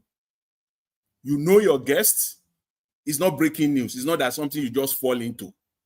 You see, you prepare. It's an interview. You know your guests. You prepare for your guests. Especially when you know that this particular guest always wants to take control of the conversation. In fact, that will now play to your advantage. That's rule number one for a journalist. You must know your guest, prepare for your guest. And if you know this is a guest that is very, very, aggressive, that will play to your advantage. You prepare for him, you know already. So anything short of that, so that's why I agree with Madam Patricia that perhaps maybe this is a pre-arranged something. It happens. So, he already knows. That's why I kind of play that soft ball. Just completely soft ball. You can't allow that. And it's Sheung that does that most of the time too. It's always pre-arranged. So, but anyways, that's just what I want to say about that. I respect Charles, a great journalist, very deep respect for him.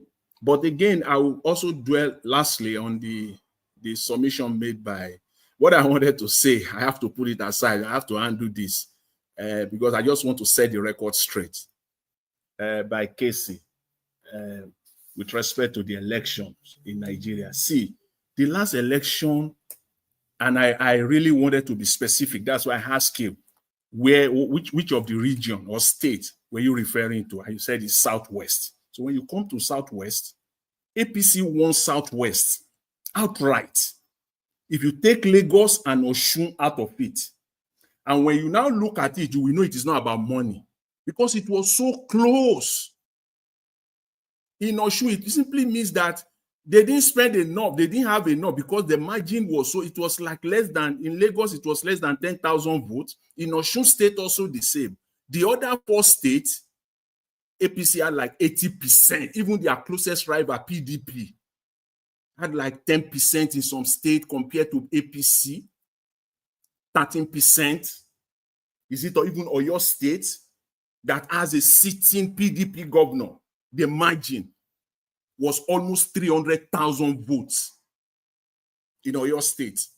So it's not about, they won, it wasn't so close at all. They won Southwest outright. And the general consensus since 2023 has been that for the very first time, the Beavers gave us a true picture. Even though they rigged this so deeply, but the Beavers, that is Southwest, across the country, if you go to the north, it gave us a very good picture of the total number of people that can, that can vote, that really will come out or really comes out to vote on election day. The chance of them ballooning or just writing outrageous numbers was no longer there for them. So we must give that to the Beavers. So they have to rig within that perimeter. The rigging was within the perimeter of what the Beavers produced. They couldn't rig outside those numbers. So they confined themselves to that number. Anyway, thank you very much, Madam Rita. I'll leave it there for now. I hope I was fair. The next person to speak is Mama Echo. Mama, if you're there, please speak up. Good afternoon, ma. Good afternoon, my love. How are we doing today? We're doing awesome. You have 5 minutes. All right. So the thing is, work does start in preparation for 2027. In as much as we'll be dwelling in all this judgeability that they will be presenting in the news for us, we also need to begin to tell ourselves that work does start. And we also need to begin to look at what happened in the last election. What did we do right and what did we not do right? So that those things that we didn't do right, we'll begin to put head together to see how we are going to do it right. Then we also want to know that it is time for us to begin to look into, first of all, who are those they used to carry ballot paper? The very neglected one that we call street children, that we call Agbero. So what is going to be our strategy so that instead of them to work for them, they will begin to work for us? So that is one area we really need to be on ground, because we have to bring them to our side. So that is where we have to do the groundwork. So I'm calling on Nigerian home and abroad.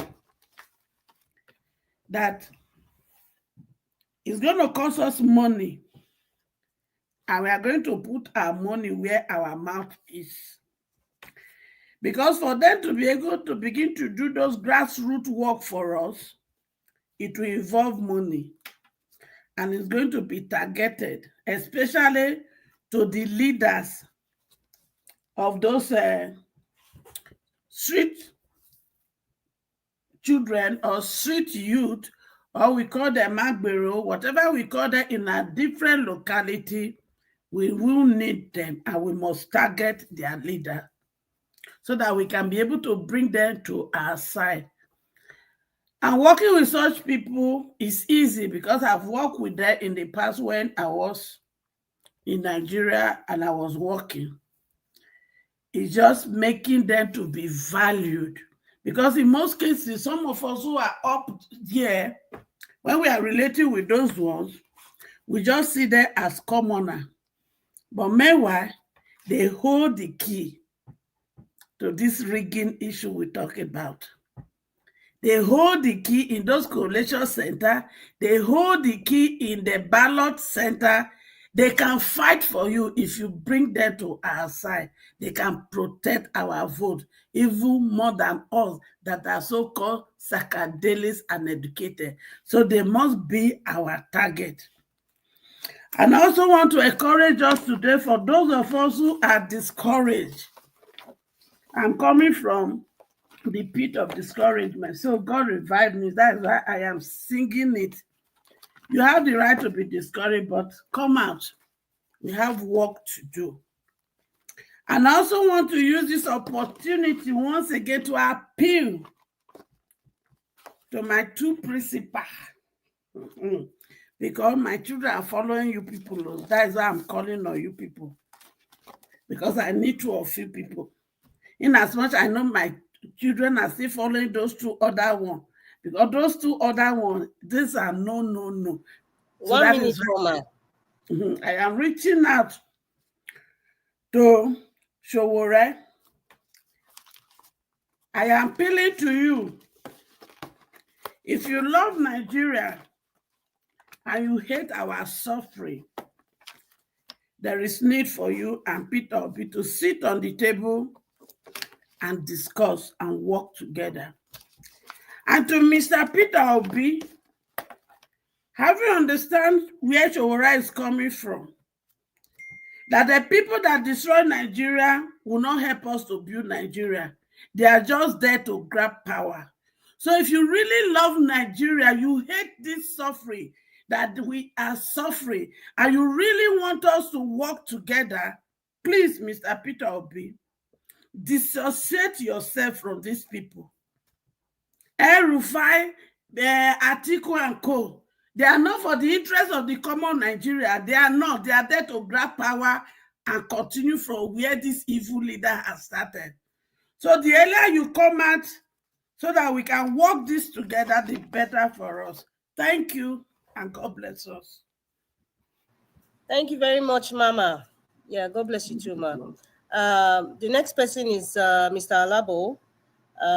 If you're there, you have 5 minutes, sir. All right, thank you. Mahon, let me just go back to the issue of election. Back then in 2023, what really happened? On the ground, however, to say a Labour Party do not have a lot of party agent. But however, the places they have party agent, which we know we have party agent, a lot of people also betray, which they took money and they changed the result, not bringing the original result to the people, which Mr. Peter will be finding it difficult there, which is the character of individuals in Nigeria who will see just 20,000 naira, 100,000 naira, and they will just shift their ground immediately. Because there is hunger in Nigeria, and because of that hunger, people have lost their values. not minding the future of their children and their own future. When you take this 1 million they will give you at the polling unit, that 1 million might just serve you. Like people that went for primaries and took money from Atiku, the dollar they share in week based on the allegation for themselves, $30,000. Some people share 40,000, 25,000. When you take those money, maybe you remove your rent, you buy one kabuka, that is the end. It won't get to 1 year, this money will disappear. However, thinking of the alternative way, having this thing, like when I was talking before, I was just making mistake with the Yoga Africa, the CSOs they came together and was having that control room to monitor what was happening during the election then. But however, the judiciary we have in Nigeria, the Nigeria you and me know, and our judiciary, even if we create another platform to tell people to give us the true one they have, the result they have at the polling unit, the same people might betray you and give you the fake one and still sign another one that APC will come and settle them with money. So you would think you are going with another one. So you will surprised to see your own party agent signature on another one. Even the original one they will send to you will not have their original signature. That is the thing we saw in 2023, and that is the character of Nigerians. So I just want to urge us, we must change. Those little money is not going to do anything for you at that moment you want to get. Think about your children. Think about the future. When you have this thought, it will go a long way to help us. When you put the future of your children and your tomorrow as a priority and the future of Nigeria, the country, then even if you see 1 million, you will say no. Even if you take the money, and some of you will say, okay, yes, we You know have our 1 minute, principal. sir. Okay, thank you, ma. Our principal will say, take the money and do, it's your money, take to you, as your, many of you will claim by his word. You can take and still do the right thing. Because sometimes you stand at the polling unit, if you feel you are not taking that money, you are not doing what they want, they will bring their thug and disrupt. Even if you take the money, that certificate, make sure you do whatever good thing you can do. And for you to save our country is important to us. We cannot allow the system to continue in Nigeria. It's affecting us. It's affecting every corner. Thank you. Yeah, thank you very much, Mr. Alabo. The next person is Mr. Odua. Mr. Odua, it's your turn. 5 minutes if you're there. Okay, I guess Mr. Odua is not there. Well, thank you, Madam You Rita. have 5 minutes, sir. What I really want, what we have to say about what Nigerians, I hear that people will say the country. Anyway, it is the people, not the country, because Nigeria is the best country. Those people that traveled in the name of looking for daily bread, if it were not illegal traveled, their passport will not be seized, because there is no genuine company that take you with that illegal that can take your passport. And if it is a genuine travel, they will have reported themselves to the authority. And those people who take them to the country, whether Central Africa, whatever they call them, the government of that country will hold those people responsible. And we send these people back, collect the money from the federal government of Nigeria. But because it was illegal travel, that is why those people are afraid. Because if not, if you travel genuine, once they seize your passport, you tell the government of the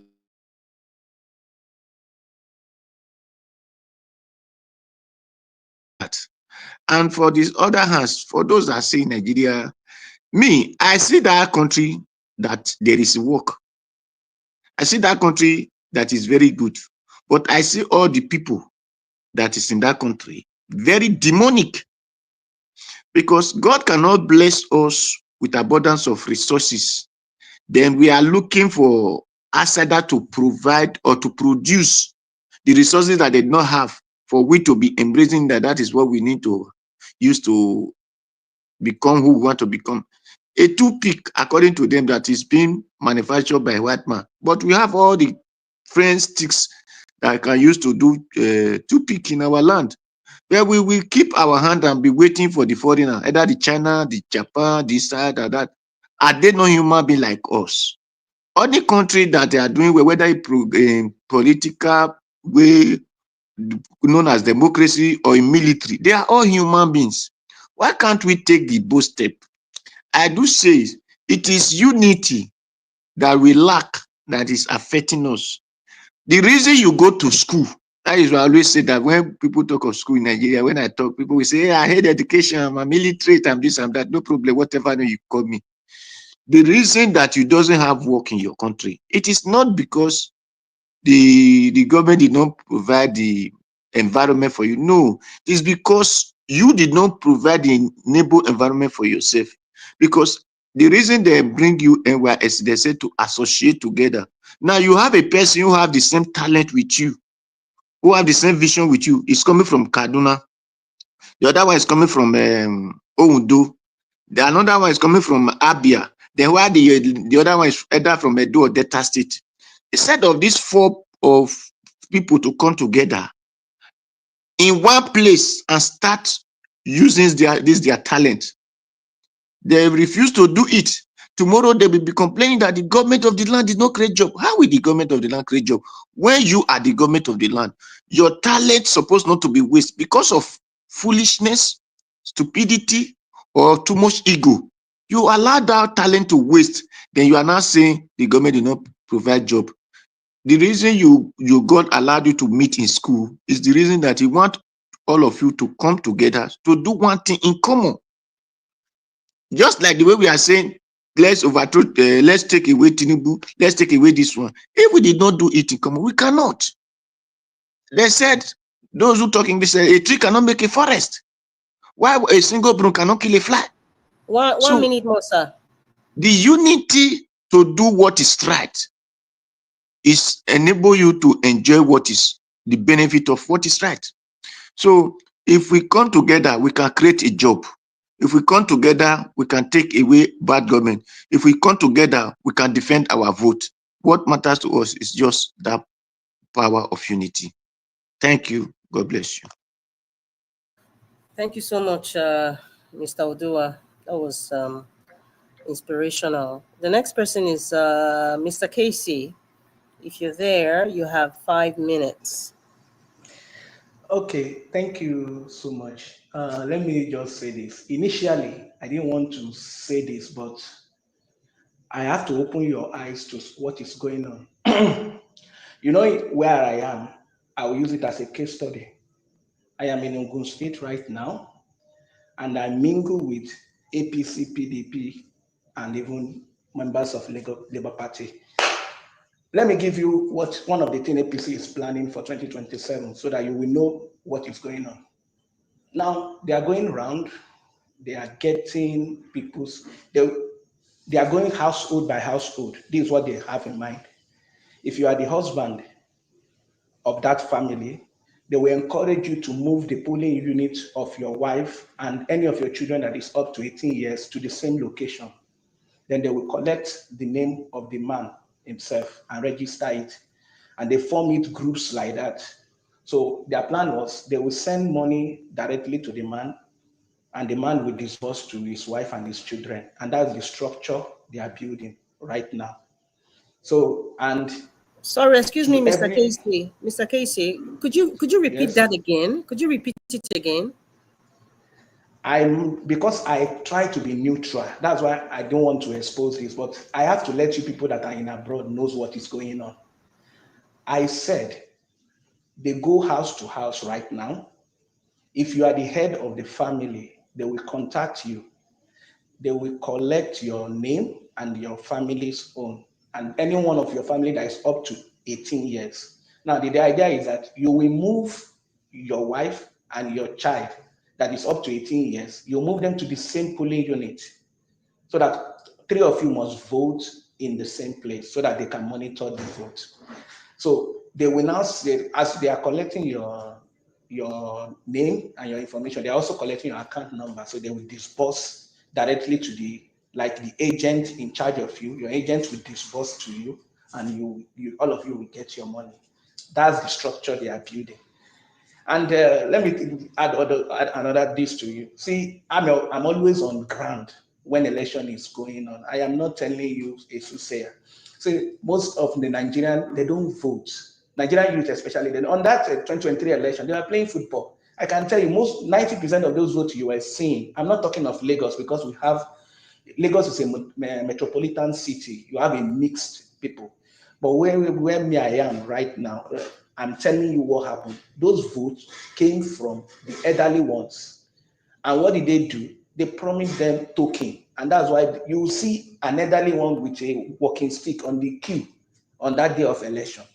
So I don't know what you want me to prove again, but I've already given you an hint now what is going on, and more is still going to happen. I will also subscribe to what Madam H.O. said the other time. One of the ways we can secure our vote this time is if we go to our communities. They cannot buy votes everywhere, but the major cities is their target hub. But those villages, they may not be able to go there. But if we decide to form structures from there, get some of their youth that are bona fide to protect people of that community, those are the people that will form our foundation for our security on the election day.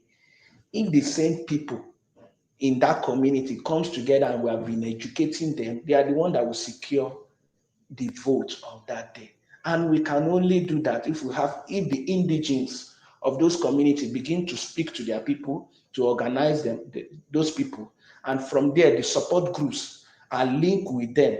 Those ones that have the heart to provide security, we gather them. If it is to provide funds for them, to be able to mount, we have to do it if we want this to work. If we just say, go out there and vote, when they shoot one bullet up, people will run away. It's only those that have the mind that will stay. And if you have such structures on ground, down to the collation center. Last election, I was at the venue till 9 before I went home. Sometimes it will get to a point, if you are not with them and you don't have boys with you, they will chase you away.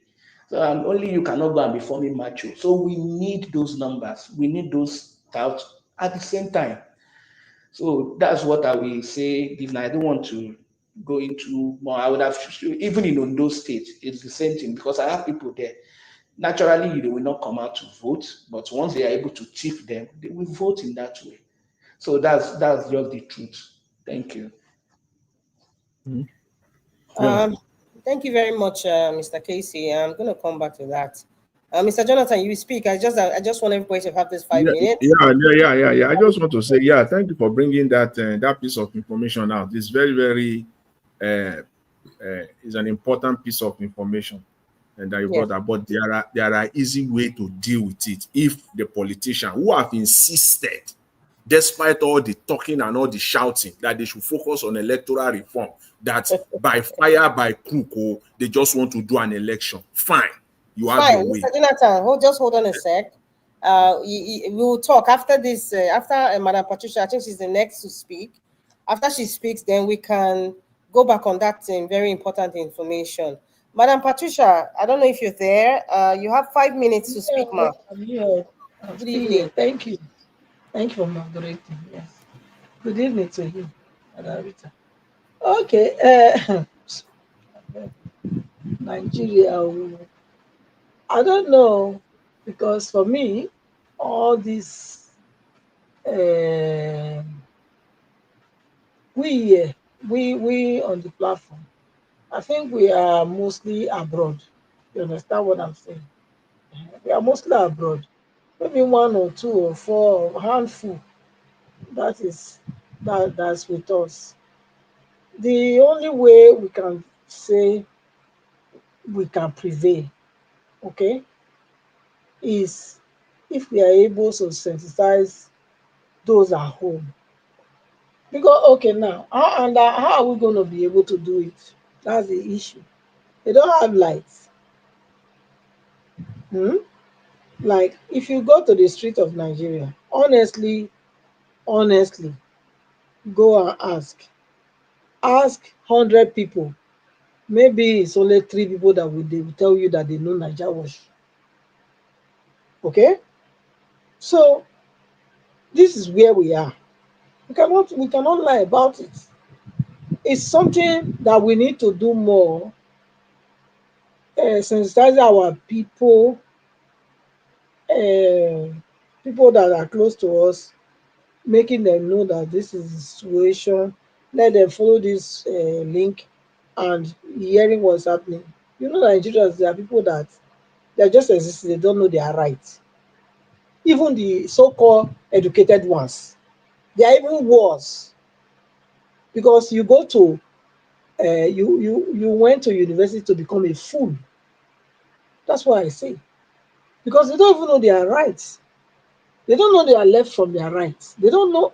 I mean, how look, even a child here where we live, they know what their constitution says, what is allowed and what is not allowed. But Nigeria is not like that. So it's a big problem. I don't know how we're going to do it, but I can tell you that the the future look bleak, honestly, for Nigeria. Because me and you, we are here. We are not going to vote.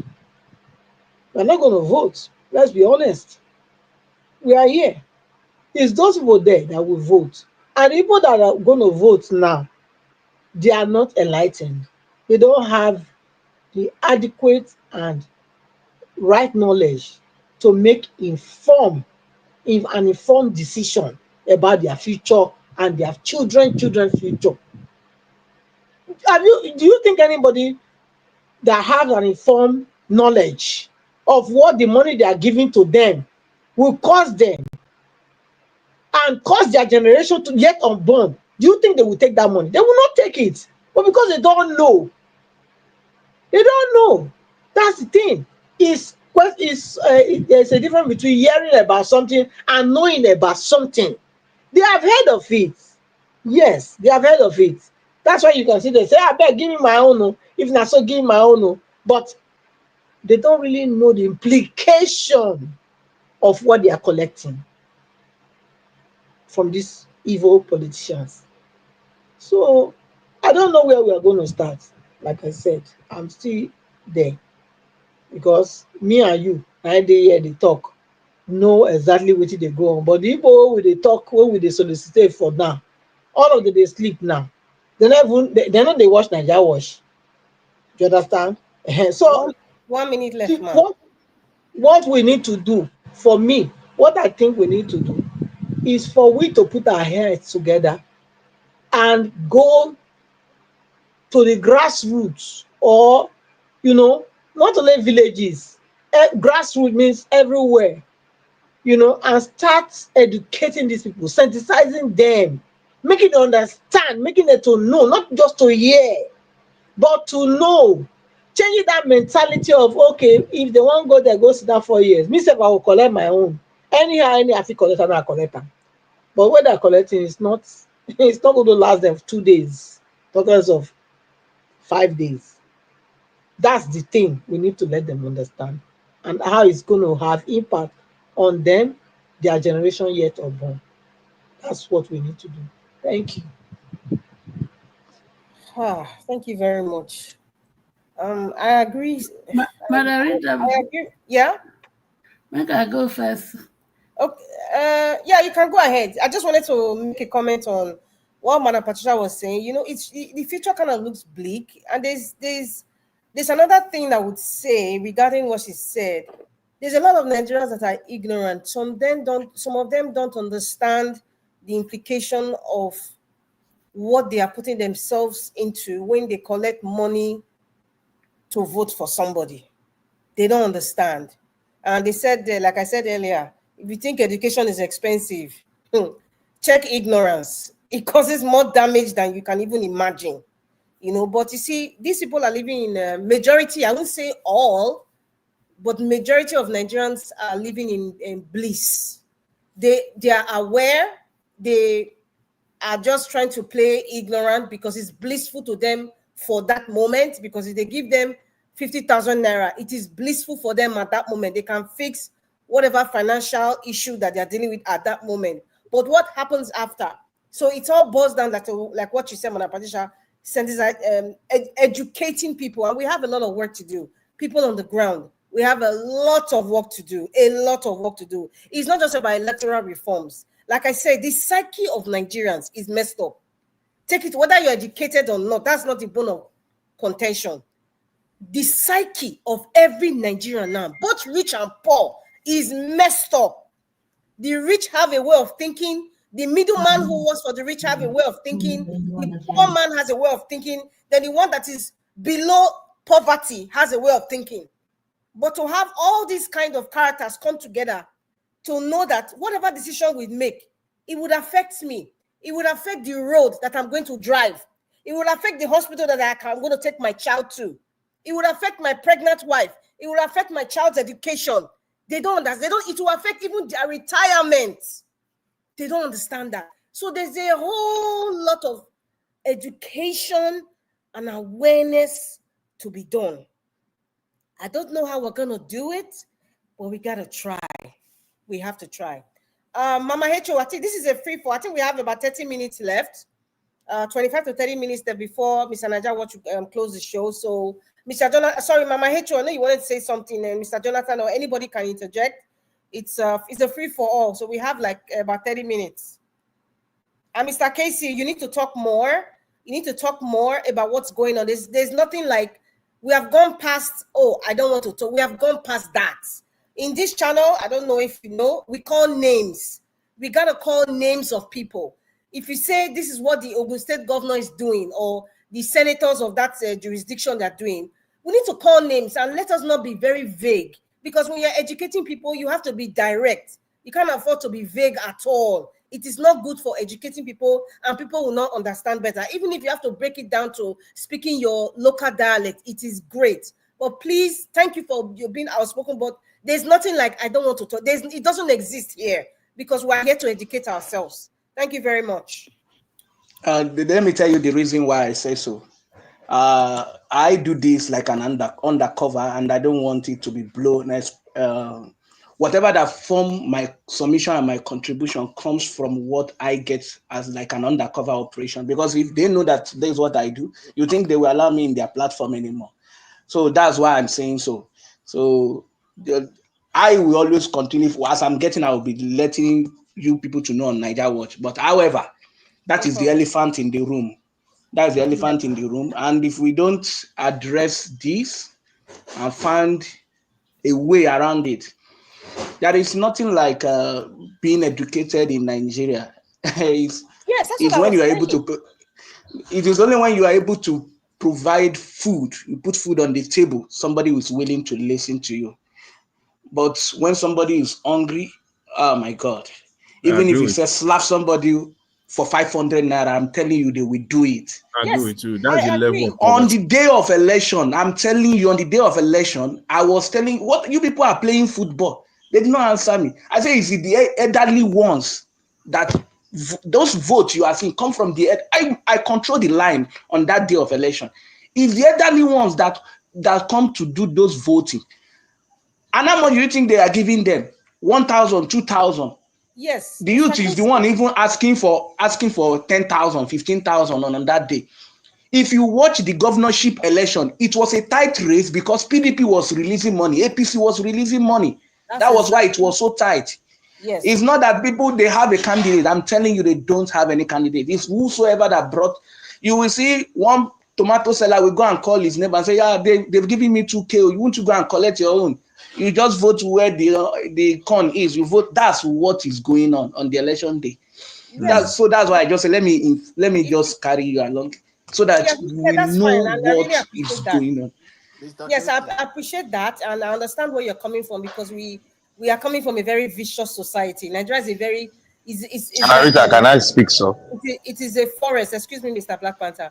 Nigeria is like a jungle. You know, that's just it's like the biggest cat will eat the biggest fish. And you know, that food chain goes like that. And I want to appreciate you for bringing that information. But however, now that you've explained why you were, you know, trying to be ghostly, let me put it that way. And now I understand. But you know, however, you know, please keep bringing that information. And those of you in the obedient movement, or you're part of the obedient movement, or even let me not use the word obedient now, Peter Obi's group, let this information go out there. Let them know this is what is happening. And every state has a different strategy. I'm sure this is one, but in terms of voting, I know in the election, Edo State, everybody was serious. So I think it varies from state to state. And you know, you can't really blame the psyche is messed up. The psyche of Nigerians right now living in Nigeria is messed up, and it has nothing to do with education or not. So let us just take it away. Mama Hecho and Mr. Jonathan, Mr. Black Panther is just coming back, so I think it's fair if we give him 5 minutes, and then we can, you know, continue. Please from let there. me say my husband that my network is frustrating. Oh, okay, Mama Hecho, go ahead. After you, then Black Panther can talk for 5 minutes. Thank you, ma'am. All right. Okay, thank you. You see, at least we understand the problem. So how do we solve it? Madam Patricia, I understand your school of thought. They don't have electricity. They don't have access to this information. But me and you communicate with our family back home, our friends back home. So those friends and family members we communicate with, it is our responsibility to educate them so that they will not be the educator on ground.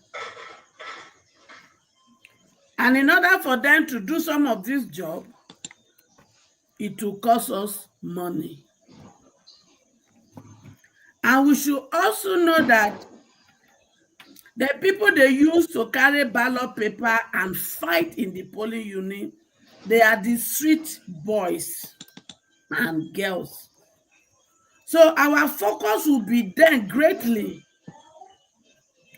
and we must meet them at the point of their needs right now if they must work for us.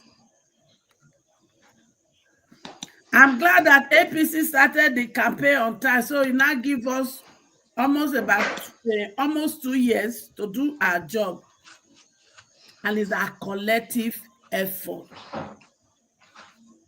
And I want to assure you, my children, that the battle ahead is fierce, but is doable.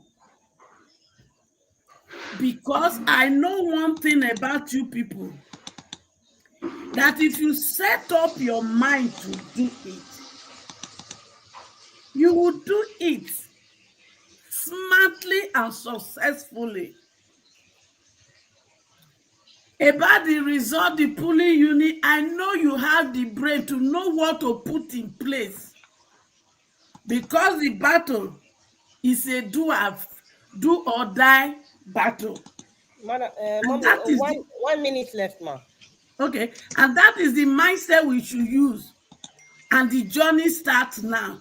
So, my beloved Madam Patricia, when you call home, tell them that this is what we, the diaspora, are saying, and begin to educate your people, and tell them to help you to educate others. And this is also applicable to every one of us. Thank you, and God bless. Thank you very much, ma. Do I have the right to respond? Yeah, of course, you have the right to respond there, Madam Patricia. But I will just say, Panther. Okay, you know what? Just respond. Then before Black I Panther. know, because since she's calling me out, so let me speak up. Look, Mama Aisha, with all due respect, I don't know when last you have been to Nigeria to start with. I go to Nigeria at least minimum twice a year. You can tell us when you have been the last time, because it's not enough to sit where you are and tell people that go to Nigeria always, who have the empirical evidence what to do. So that's my first question. When were you last in Nigeria? Mama issue. Madam Patricia, I don't think it's right. I mean, you've made No, that no, it's a direct look. No, wait now, wait. I'm going somewhere because you see here. Let me tell you. My sister. Look, if you have not been, you cannot come to advice. Really? Look, Oga Elvis go to Nigeria all the time. And he too has his own conclusion of whatever we are saying here. So people that you have not been there for long, what you left is not what is How there. do you know? You listen, that's why I asked you now. You have mouth. And that Answer is for why I'm yourself now. asking you. Do you think I talk from lack of Listen, experience? yes, I'm sure because what you are saying now, listen, wait, ma, I'll tell you something. It is You don't because talk. you don't know the I ask work you I a question, am you doing. don't answer. You are coming with a question again. Wait, let me tell you something. You I'm don't know the talking work to I'm you. doing back home. Well, you Do can be not tell doing. me I've not I am seen any not work that there. you are doing. I've not seen it. I've not seen it. I've not seen I any work don't that you are doing. advertise Madam my Patricia, work. Yeah, but because you come here to say you are Can we doing. have a decorum? Madam Patricia, We are having a decorum. We are having a We are decorum. not. This We is are a not. We document. are arguing on of no reason. We are not arguing. I just asked a simple Why are you question. now questioning her? She gave you an Why would I not advice. So question why are you her? Because questioning I'm her talking again? out of. I am talking out of It's an what I advice, am. Madam Patricia. Don't take it No, serious. please, Black Panther, hold it there, hold it there. It's an advice now. Madam Patricia, you Black have Panther, 30 hold it. We minutes. are all trying our best now. It's an I say hold advice. it, Black Panther, hold your mouth, hold it. Black I'm not Panther talking is to you. okay. Black Panther, please, can you mute yourself? Miss Madam That's Patricia, up to you. Madam Patricia, please, you Thank you. have 30 So seconds yes, left. You I'm were set to saying what respond. I experienced. So you cannot be telling me what I've been doing. I have been doing too, and this is your response. If you want to start protest, you come. Come step for front, they will follow you for back. That's why they talk. So make we not deceive ourselves. Thank you I'm very not much. here to deceive any Nigerian, please. Thank you very much. Black Panther, you have 5 minutes, please, because and after that 5 minutes, anybody can interject, and speak until Mr. Elvis comes into the show. Auntie Rita, please. Madam Mama, Patricia, Mama, wait. I can only give you 30 seconds, please. Let Madam H.O. speak. Wait, Madam Patricia, I am sorry if you take what I said out of context. You asked, we are in diaspora, how can we do it? And I only responded to that your question. My body may be in US, but my spirit and soul is in Nigeria every day. So don't tell me I don't know. I don't know because I am not physically there. I speak to them every day. So if you pick offense, I am sorry. I didn't say it to abuse you. Thank you, ma'am. Thank you. Madam Rita, please, can I just speak? I'm going somewhere big. I'm leaving a big. I know Black Panther wanted to speak. Okay, you have 2 minutes, All Mr. right. Alabi. 2 minutes. Thank you. Regarding Casey concern, the obedient movement, where I know you mentioned that those ones is happening already, which is more of the reason the obedient movement are looking for people of good character to man the polling unit, at least 3 to 4 people, and observant. So you can't stop people from taking money. The hardship in Nigeria, like Madam Patricia is saying, the street is just, everything is spoiled in the country. There is no way. I know we are sensitizing people, but for you to stop people from taking that money, it will be difficult because the politicians, they weaponize this poverty just to get the people of Nigeria. So we are aware of those ones. It's going across the southern, which even some people now, they're empowering their wives, giving them 100,000 stipends. So a lot of things is going on from the APC camp, which we are working hard on our own, but you can't stop them. But at the end of that day, that is why you see my previous submission. I say, even if you are taking the money, which they will say, okay, our principle said take the money, but vote your conscience, which is something we are appealing to people. So the concentration is on the polling unit, the agent to be people of good character that can give the correct results, which is very important. And Madam Patricia, it's good one. You are doing a great work. If you have any WhatsApp link, because talking about the Niger Watch, people are not seeing because of light. Yeah, if you see some people joining this platform, it's because of some people take them upon themselves sharing this link. So if you are on any WhatsApp group, a lot of us are WhatsApp group in Nigeria. Some of them, they will not allow you to share links, but the one that they allow share link, when this program start, let us copy this link. That is the only way this message will get to the grassroots. I Thank am you. doing that upon myself. Let us, all of us, continue to share the message. Thank you. Thank Thank you, you and very good much, night, Mr. everyone. Bobby. Good night. Okay, Black Panther, it's your turn. 5 minutes now. You can speak. Yes, my sister. Thank you very much. Thank you for your good moderating. And I want to thank everybody, irrespective. We are from different place. We argue our points. We explain more on our points to get it through to the people. I want to say we all are doing a great job. We should not put it, if somebody is making a point, every one of us here is compassionate about what is going on. Like mommy just said now, he said it's based in America, she's based in America, but her mind is troubled and she's just thinking about the country. Likewise, every one of us. And I said one thing at the beginning of this euphoria, the dynamics of the democracy we're having. I said before the election, I said in a struggle, there are two departments. You can either be on one side. You can either be at the head of confrontation, and other groups are funding the massive confrontational force on ground. So we somebody made mention of funding.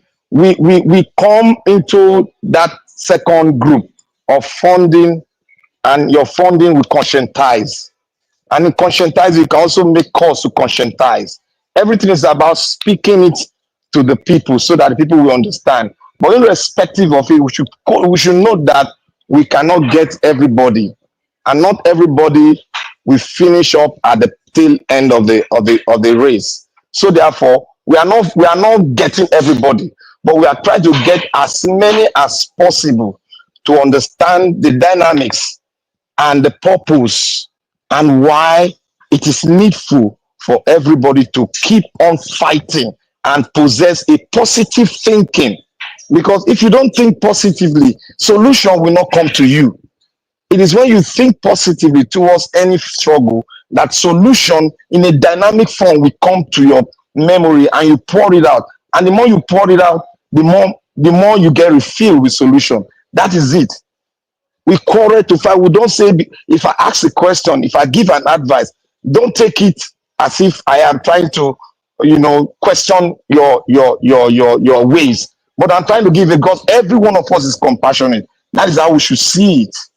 And Mama Echo, I had a problem with my internet. I had to get an eSIM. So you can go and apply for an eSIM from your provider. They will give it to you. The eSIM, that's what I was testing. Though it was network was taking me in and out, but I was still I'm getting a stronger network than the SIM card I was using before, because all SIM card in the United States, I think they're having some network issues, and maybe they're trying to move into another platform like the eSIM.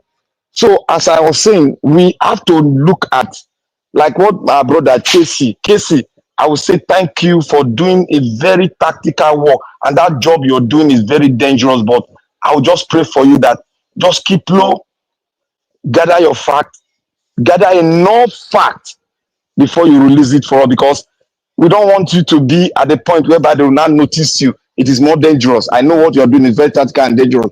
You try to gather enough that you can take in before you deliver, because if you do it like this, we are open to the world now. Anybody can pick your voice, anybody can understand your voice and who is speaking. So I want you to please gather your voice. If you can get in contact with Niger Watch, you can also get in contact with Niger Watch, so that Niger Watch he knows how to deliver the message to us and we know how to, because we want to protect you very well so that you can do a great job without not being suspected. You know, those kind of jobs is very dangerous. I know what you're doing. Thanks for a good job, and thanks you because they've gone into another dynamics on how to lay off people with corruption to bring them to their side. That's a very great job, and I pray that may God keep on guiding you and protecting you. And I want us all also now to look at the first video Nigeria Watch played. Please, everyone should go home and watch the video.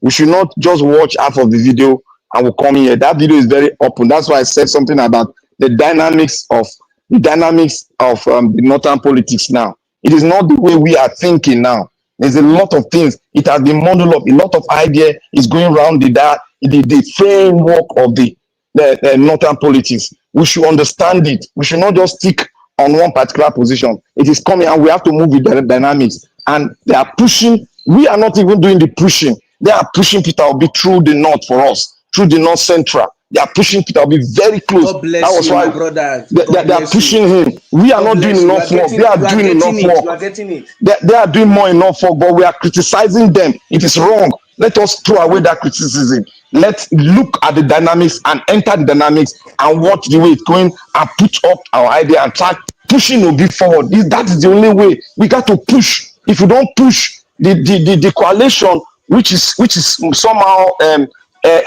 myopic for now, we can dislodge them and make them look towards Obi, because we are a dynamic force. You can see one of the northern people said the obedient is a dynamic force that we have to infiltrate into them and know the way they move and get into it. And he said he thinks that they are trying to merge up with the obedient. That is what you see. With the obedient, it is not, we are not influenced by money. We are influenced and convinced that we need to have a great country, and that is why we are compassionate. So everybody, please, Mr. Casey, Lilo, convey your message to Nigeria Watch. He knows how to give it to us, so that we want to protect you. And every other person, please, let's push Peter Obi in every facet we have, because that is what they want to deviate our mind, not to push for him. Because if Peter Obi goes into the election, and Atiku, Lilo, we are getting it. That is what it is. But we need to push, because our vote can only go up, it can't go down. That's it I want to say. Thank you very much, man.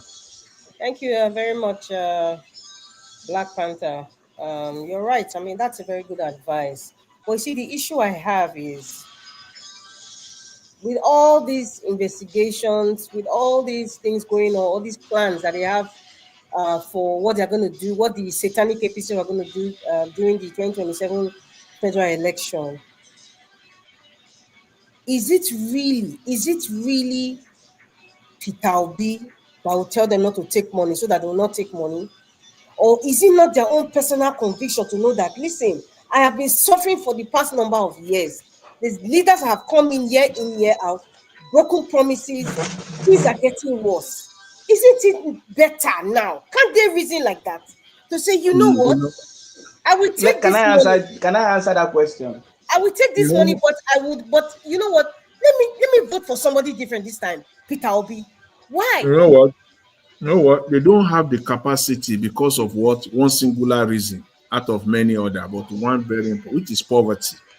You see, it is. I believe that it is the political parties themselves that must have machinery in place. It is their responsibility to have machinery. When I say Baba machinery, Jonathan, yes, Baba Jonathan, I disagree. Yes. It's not poverty. It is longer truth. No, okay. Well, anyways, you see this machinery. As I use the word machinery, singular, but it's very loaded. It's embedded with everything that Casey said. You must have your own machinery in place. Thank you. If it is what we call them now, area boys, have your people, everything that you need to have. I don't want to hear come 2023 and 2027. I will stay. God will give us, all of us, life. We'll have life. Do you know last election? Let me even tell you. I will stay. Last election, they were speaking that they want to bust my head. But fortunately for me, that my polling station is where I grew up, so I cannot be threatening in that environment. I will say So this. this is what they don't see. See, There is let no me say campaign this. anywhere. Please, let me say this. On election day, come 2027, me, I will stay here. We'll all be here alive. If Amen. anybody is coming to talk about rigging, I will not even stay on this platform alone. I will, as far as my breath will take me. Anybody, even if it is Peter will be coming out and be talking about rigging, I'll be the first person to tell them to enter house. Go and sit down somewhere. Don't come here and tell us that rubbish. Nobody, no politician should come here and tell us. When Inusa Tanko came here about just less than about a month or thereabout ago, Inusa Tanko, I asked him specifically, who is Tanko, who is the right-hand man, one of the right-hand men of Peter Obi. I say, what are you doing? The people that you are putting together, how vetted are these people? So come 2027, for me, all polling unit agents must be properly vetted. You must know them. You must vet them. And there is nothing like polling unit agents here. With all this information, now this intelligence that we are getting now. And the fact that APC has even given you, they are playing into your hand already. They themselves have started the campaign earlier. So they can't accuse anybody. So your strategy must begin now. You cannot come out into since you see. Look, it is also these politicians. Mr. Casey, can you mute yourself? We are hearing background noise, please. Yeah, it is also these politicians, these same politicians that insisted and that they want to go for an election without an electoral recount. Fine, go get it. You want to go for it, go get it. Nigerians, myself, and I know many of us, millions of Nigerians, we give you the benefit of doubt that you will put the proper machinery in place come 2027 presidential election, inclusive of everything, your men that will be out there. So, like what case he said, when he said people will come, they will just shoot one gun on the air. Yes, I can picture that. People will just, they will disperse them. People will just, everybody will just run away and then they will grab the ballot. And one politician will not prepare for that. And you are running for presidency. Oga Jonathan, you are right there. You are right. You are very right. But there's one thing we also need to look into. You see, the dynamics of this election, the dynamics is going to be, what's going to make the dynamics push harder and what they are going to use. Like what Casey said, they are going to change their modus operandi on how to deliver the finances that make it go very speedy for them. Yeah, so if we, yes, that is what is, yes, that is the, yes, that is the trying to do there. Yes, so rather yes. than distributing the money to a lot of people, they are now decentralize it and just give it to you know, the home, to go to the home, the family home now, and deal with the leader of the home. That is exactly what they are doing. But there's one thing we should note. You see, we should take advantage of one thing. Like I want all of us to take advantage. And what they are doing, they might not get the percentage they are looking for. They might not even get up to what they got in the last election. It might even be worse if we put more pressure on what we did the last time. Because you know why I'm saying this? The realization of how the government is, everything that was said the last time during the election, it has come out and we have been justified that this man does not mean well for us and the Nigerian economy is going to crumble. This is showing in the face of Nigerians. I think what we need to do, like what Casey said, and what some of us said here, we need to push, like what Mama Echo said here, we need to push harder and also finance, to make the finance, it should not be a burden. Like what Jonathan just said, the people mounting those each polling booth, finances should not be our problem. And that's what I got to say about this. Sorry, Madam Rita. Yes. Do you know that? Mr. You know that one thing. Please let me Jonathan. say this. Do you Oga know that? Jonathan, sorry. Oga Jonathan. Mr. Jonathan, he's speaking. Oga Jonathan, sorry. I heard you saying something. There are some things we don't say. We are trying to manage what we say because every one of us on this platform, I believe majority of us are obedient. Yeah. That is why I advised us yesterday. Yeah. That I got you. You see, talking about every state has obedient movement. Get involved. If we don't have it, let me know. I will send your WhatsApp link of every state, Ogun State, Osun State, wherever you are, Edo State. At least join the WhatsApp group, and you will see how you are. They will join you on the advisory council, where you will get No, more information. you see, Please. if Mr. That's very good. If you can send it to us. Mr. Labo, wait. See, Mr. Elvis, if you are listening, you are here when Yunusa Tanko came. I asked him, and he made a promise, a commitment that is going to send those information to Niger Watch. So I'm asking today, now that the information now that we're talking about it, if he has actually, fulfilled that. And I will also use this time to ask Mr. Elvis to follow up with him. Because what Mr. Alabo is saying is what Tanko said. He said he's going to make all this information and contact available to all of us in the diaspora, United States, Canada, UK. Is going to. So we are expecting that. So that should be done. But again, this is the right time to say it. So, but what I wanted to say with respect to, preparing for election, buying vote and all the rest of it. See, even if you sit down, all these polling agents that they are talking about, 176,000, even if you do the simple math, give it to them, 200,000 polling units agents. A political party that is serious, knowing the terrain, the way these crooked people do their elections in Nigeria, you don't even need up to 10 billion naira.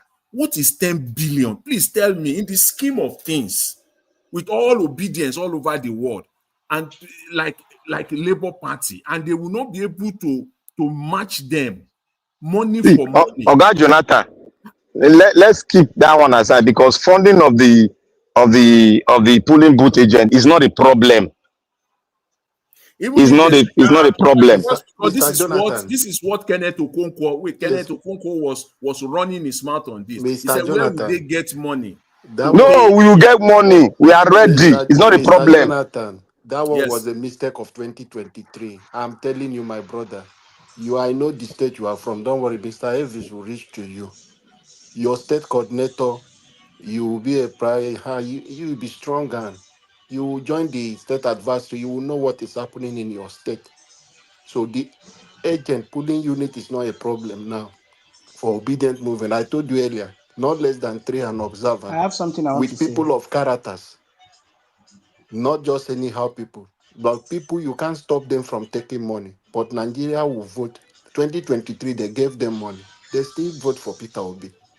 Okay, I think Mr. Casey wanted to say something. Please, let's give priority because he's contacting us from Nigeria, so because of the network. So, Mr. Casey, you can go ahead and speak. Thank you.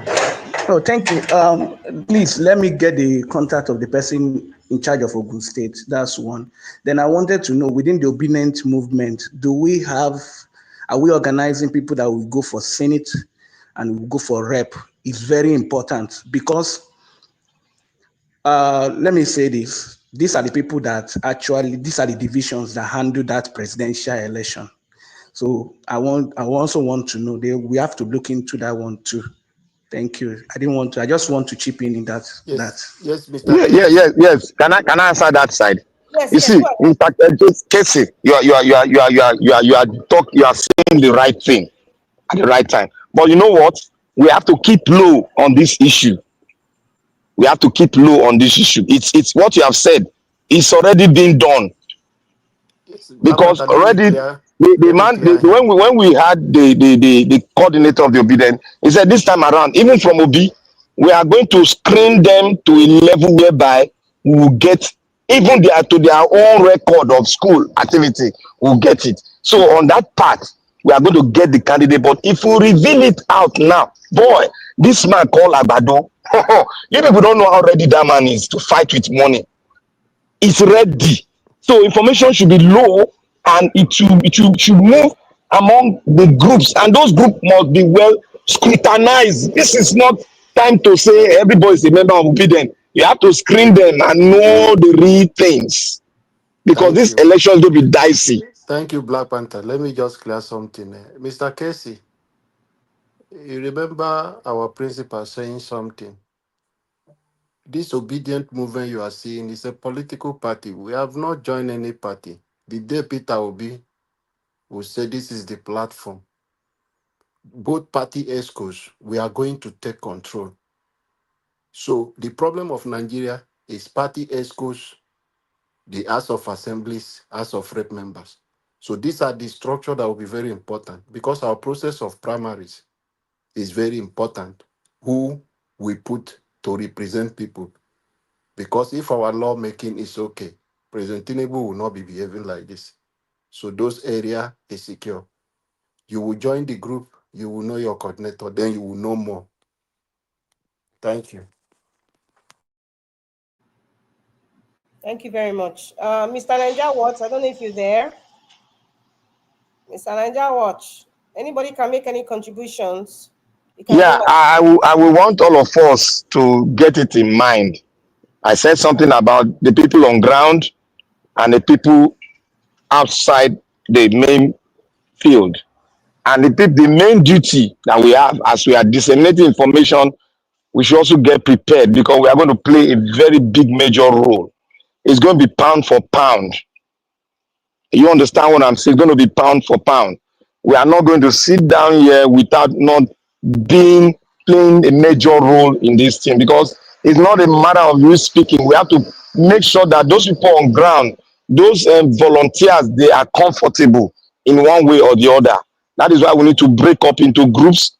And when we break up into groups, we will find a way of, disseminating what we are supposed to disseminate. Some of us can be in charge of some department fully without not getting to the obedient major group. We tell them that, look, leave this portion for us. We are going to deal with it, but tell us where we're going to put the stuff into so that you can do the distribution. These are what we are going to do because in election, you need the power of finance to get it, to not to be a problem to the people on ground. We need them to be satisfied and be filled. Thank you, Black Panther, Dr. Krish. Thank you. God bless you all. Let's round up right now. Thank you very much, Madam Rita, for handling the platform. I appreciate every one of you that came in today. Thank you, Mr. Jonathan, Mr. Alabo, Mr. Odowa, Casey, Madam Patricia, Black Panther, Mama H.O. God bless you all. Thanks for coming in. I can see all the suggestions you all are having right there. If you can put it together, that's not a problem. I like the fact that other people are doing stuff rather than now I Mr. Nanja was do everything. I cannot do everything, there's every possibility you might know better than me, but waiting for me to do this and not do that, sometimes we all might remain stagnant. We all are here to learn. Sometimes when I sit back like this, listening to people, it helps me a lot to understand other perspectives. Thank you very much, my people. 2027 is still far away, but the politicians have made it clear to us that it's not far, it's just around the corner. So let's do the same thing with them. Hopefully, we'll have that better time. Yes, sir. Tanko Yunusa. He made a commitment here, said he's going to provide some information to you so that you can pass it on. He did not provide any information. He will continue. My question is, has he provided that to you in terms of nothing? Yeah, you need to follow up with him now. You need to follow up with him now. One thing you must understand, sir. Me, I'm not the chase people. I don't do that. One of the quickest thing for politicians to see you finish, and when you are chasing them, I don't do that.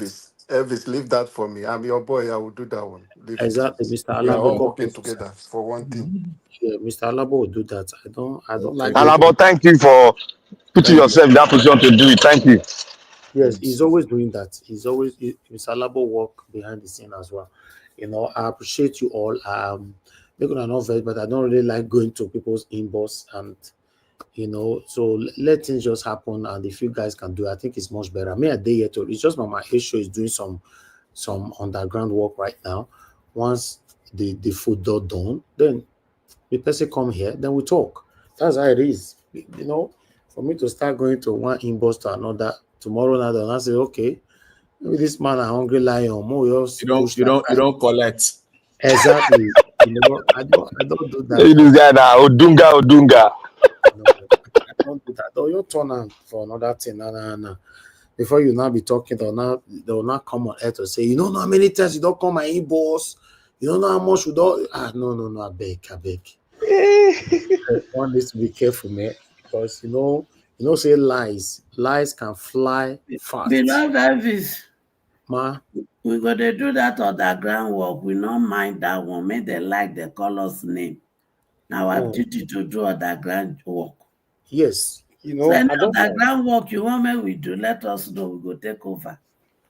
Thank you, man. Thank you so much, man. It's All better right. that way. I appreciate to all my people. I think we should round up right now. Remember, it's Saturday, so maybe round up. I appreciate every one of you. Now, God bless you. Now, I'd like to quickly appreciate. Did anybody actually call into the show today? Nobody. Mother Debbie is the one that normally call in first. Today, now we can let her rest. Those of you that supported the channel, thank you very much, Mother Stephanie Kojak, Blessed Lady. Oh, Mother Harris Finance super chatted me. Thank you so much, my people. Okay, Mother Harris Finance, thank you so much for the wishes. I'm very, very, very grateful. Thank you. May God bless you. I'm grateful. Thanks for all that you do. I appreciate you all right there. And Mother of all Mommy Diaspora, thank you very much, Mommy. Thanks for always being there for us all. And I love you so much. Thank you, my brother Abo Azi. Thanks for all that you do. I'm very, very grateful. Mother Iris Finance once again. Thank you very much, man. Yes, my people right there. Mother Stella Emasemedo, thank you very much, man. I appreciate you. Thank you, Best Max. Thank you very much, Mother Peggy Modi. Thank you, my people. Then we have more people. Michael Abba is right there with us. Thank you, Mother Patriotism Bojumi. Thank you very much, man. Thanks for all that you do. I appreciate you always. Thank you. My wonderful people, Shooks, Kwadashu. Thank you very much. God bless you. And many others right there. And Bella Naomi, thank you very much, man. God bless you. Thanks for always being there for us. All right. Time to round up right now, my people. I'll see you guys again. Fingers crossed tomorrow, Sunday, 7 p.m. Nigerian time. Let's continue to talk about the things that's affecting us. As we have many voices, it's very, very important for every one of us. Let's try our best. Let's just try our best. We'll not get gun, we'll not get grenade. We want to fight these satanic side of people. What we have is what we are doing right now. Like I've said so many times, you don't necessarily have to pass your voice through only Nigeria Watch. If you know that, yes, you can do it from your own platform, do it. Bring the video for us, and we will play it here. Because some people, they don't have, they might not have the kind of moves or whatever to come into the panel to speak like the way we all are doing here. Then just make a video on your own platform. Even though you don't want to bring it, just leave it there. Oh, listen, once you don't do one, it will be suggested. No, don't reach other people's hand. Where you say we they see videos, we have men on ground though that walk around social media to see significant, important videos and bring it for us. We bring it here, to educate you. That's what we do. So they might also find yours. It's not an excuse to say, oh, I don't get followers, that make me not talk on what is affecting us. It's not an excuse. If you can't join the panel, you can't call into the show, you can't join the comment session, then just do something. It's very, very important. And people, now God will bless you now. Press on the like before you go and help us to share. Take care, my people. Good night and bye for now. All of them. The political class has decided that they are the bandits against the people of Nigeria. Between the executive, the president, the presidency, the National Assembly, I think they are decided that they are the bandits. They are the bandits.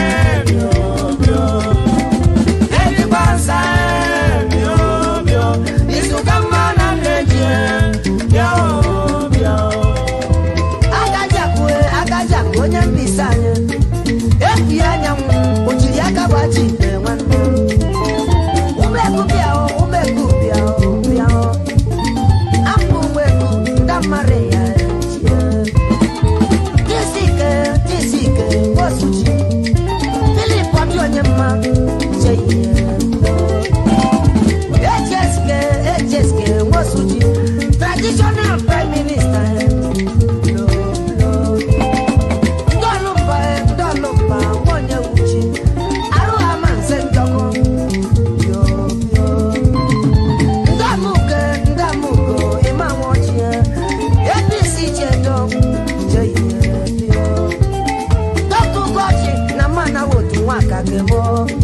Very contractor, Ajerobia, Piawanem, Ajer contractor, Mushimano, where Hanyu. Eddie Bansa, Eddie Bansa, Eddie Bansa, you come on and make it. Eddie Bansa.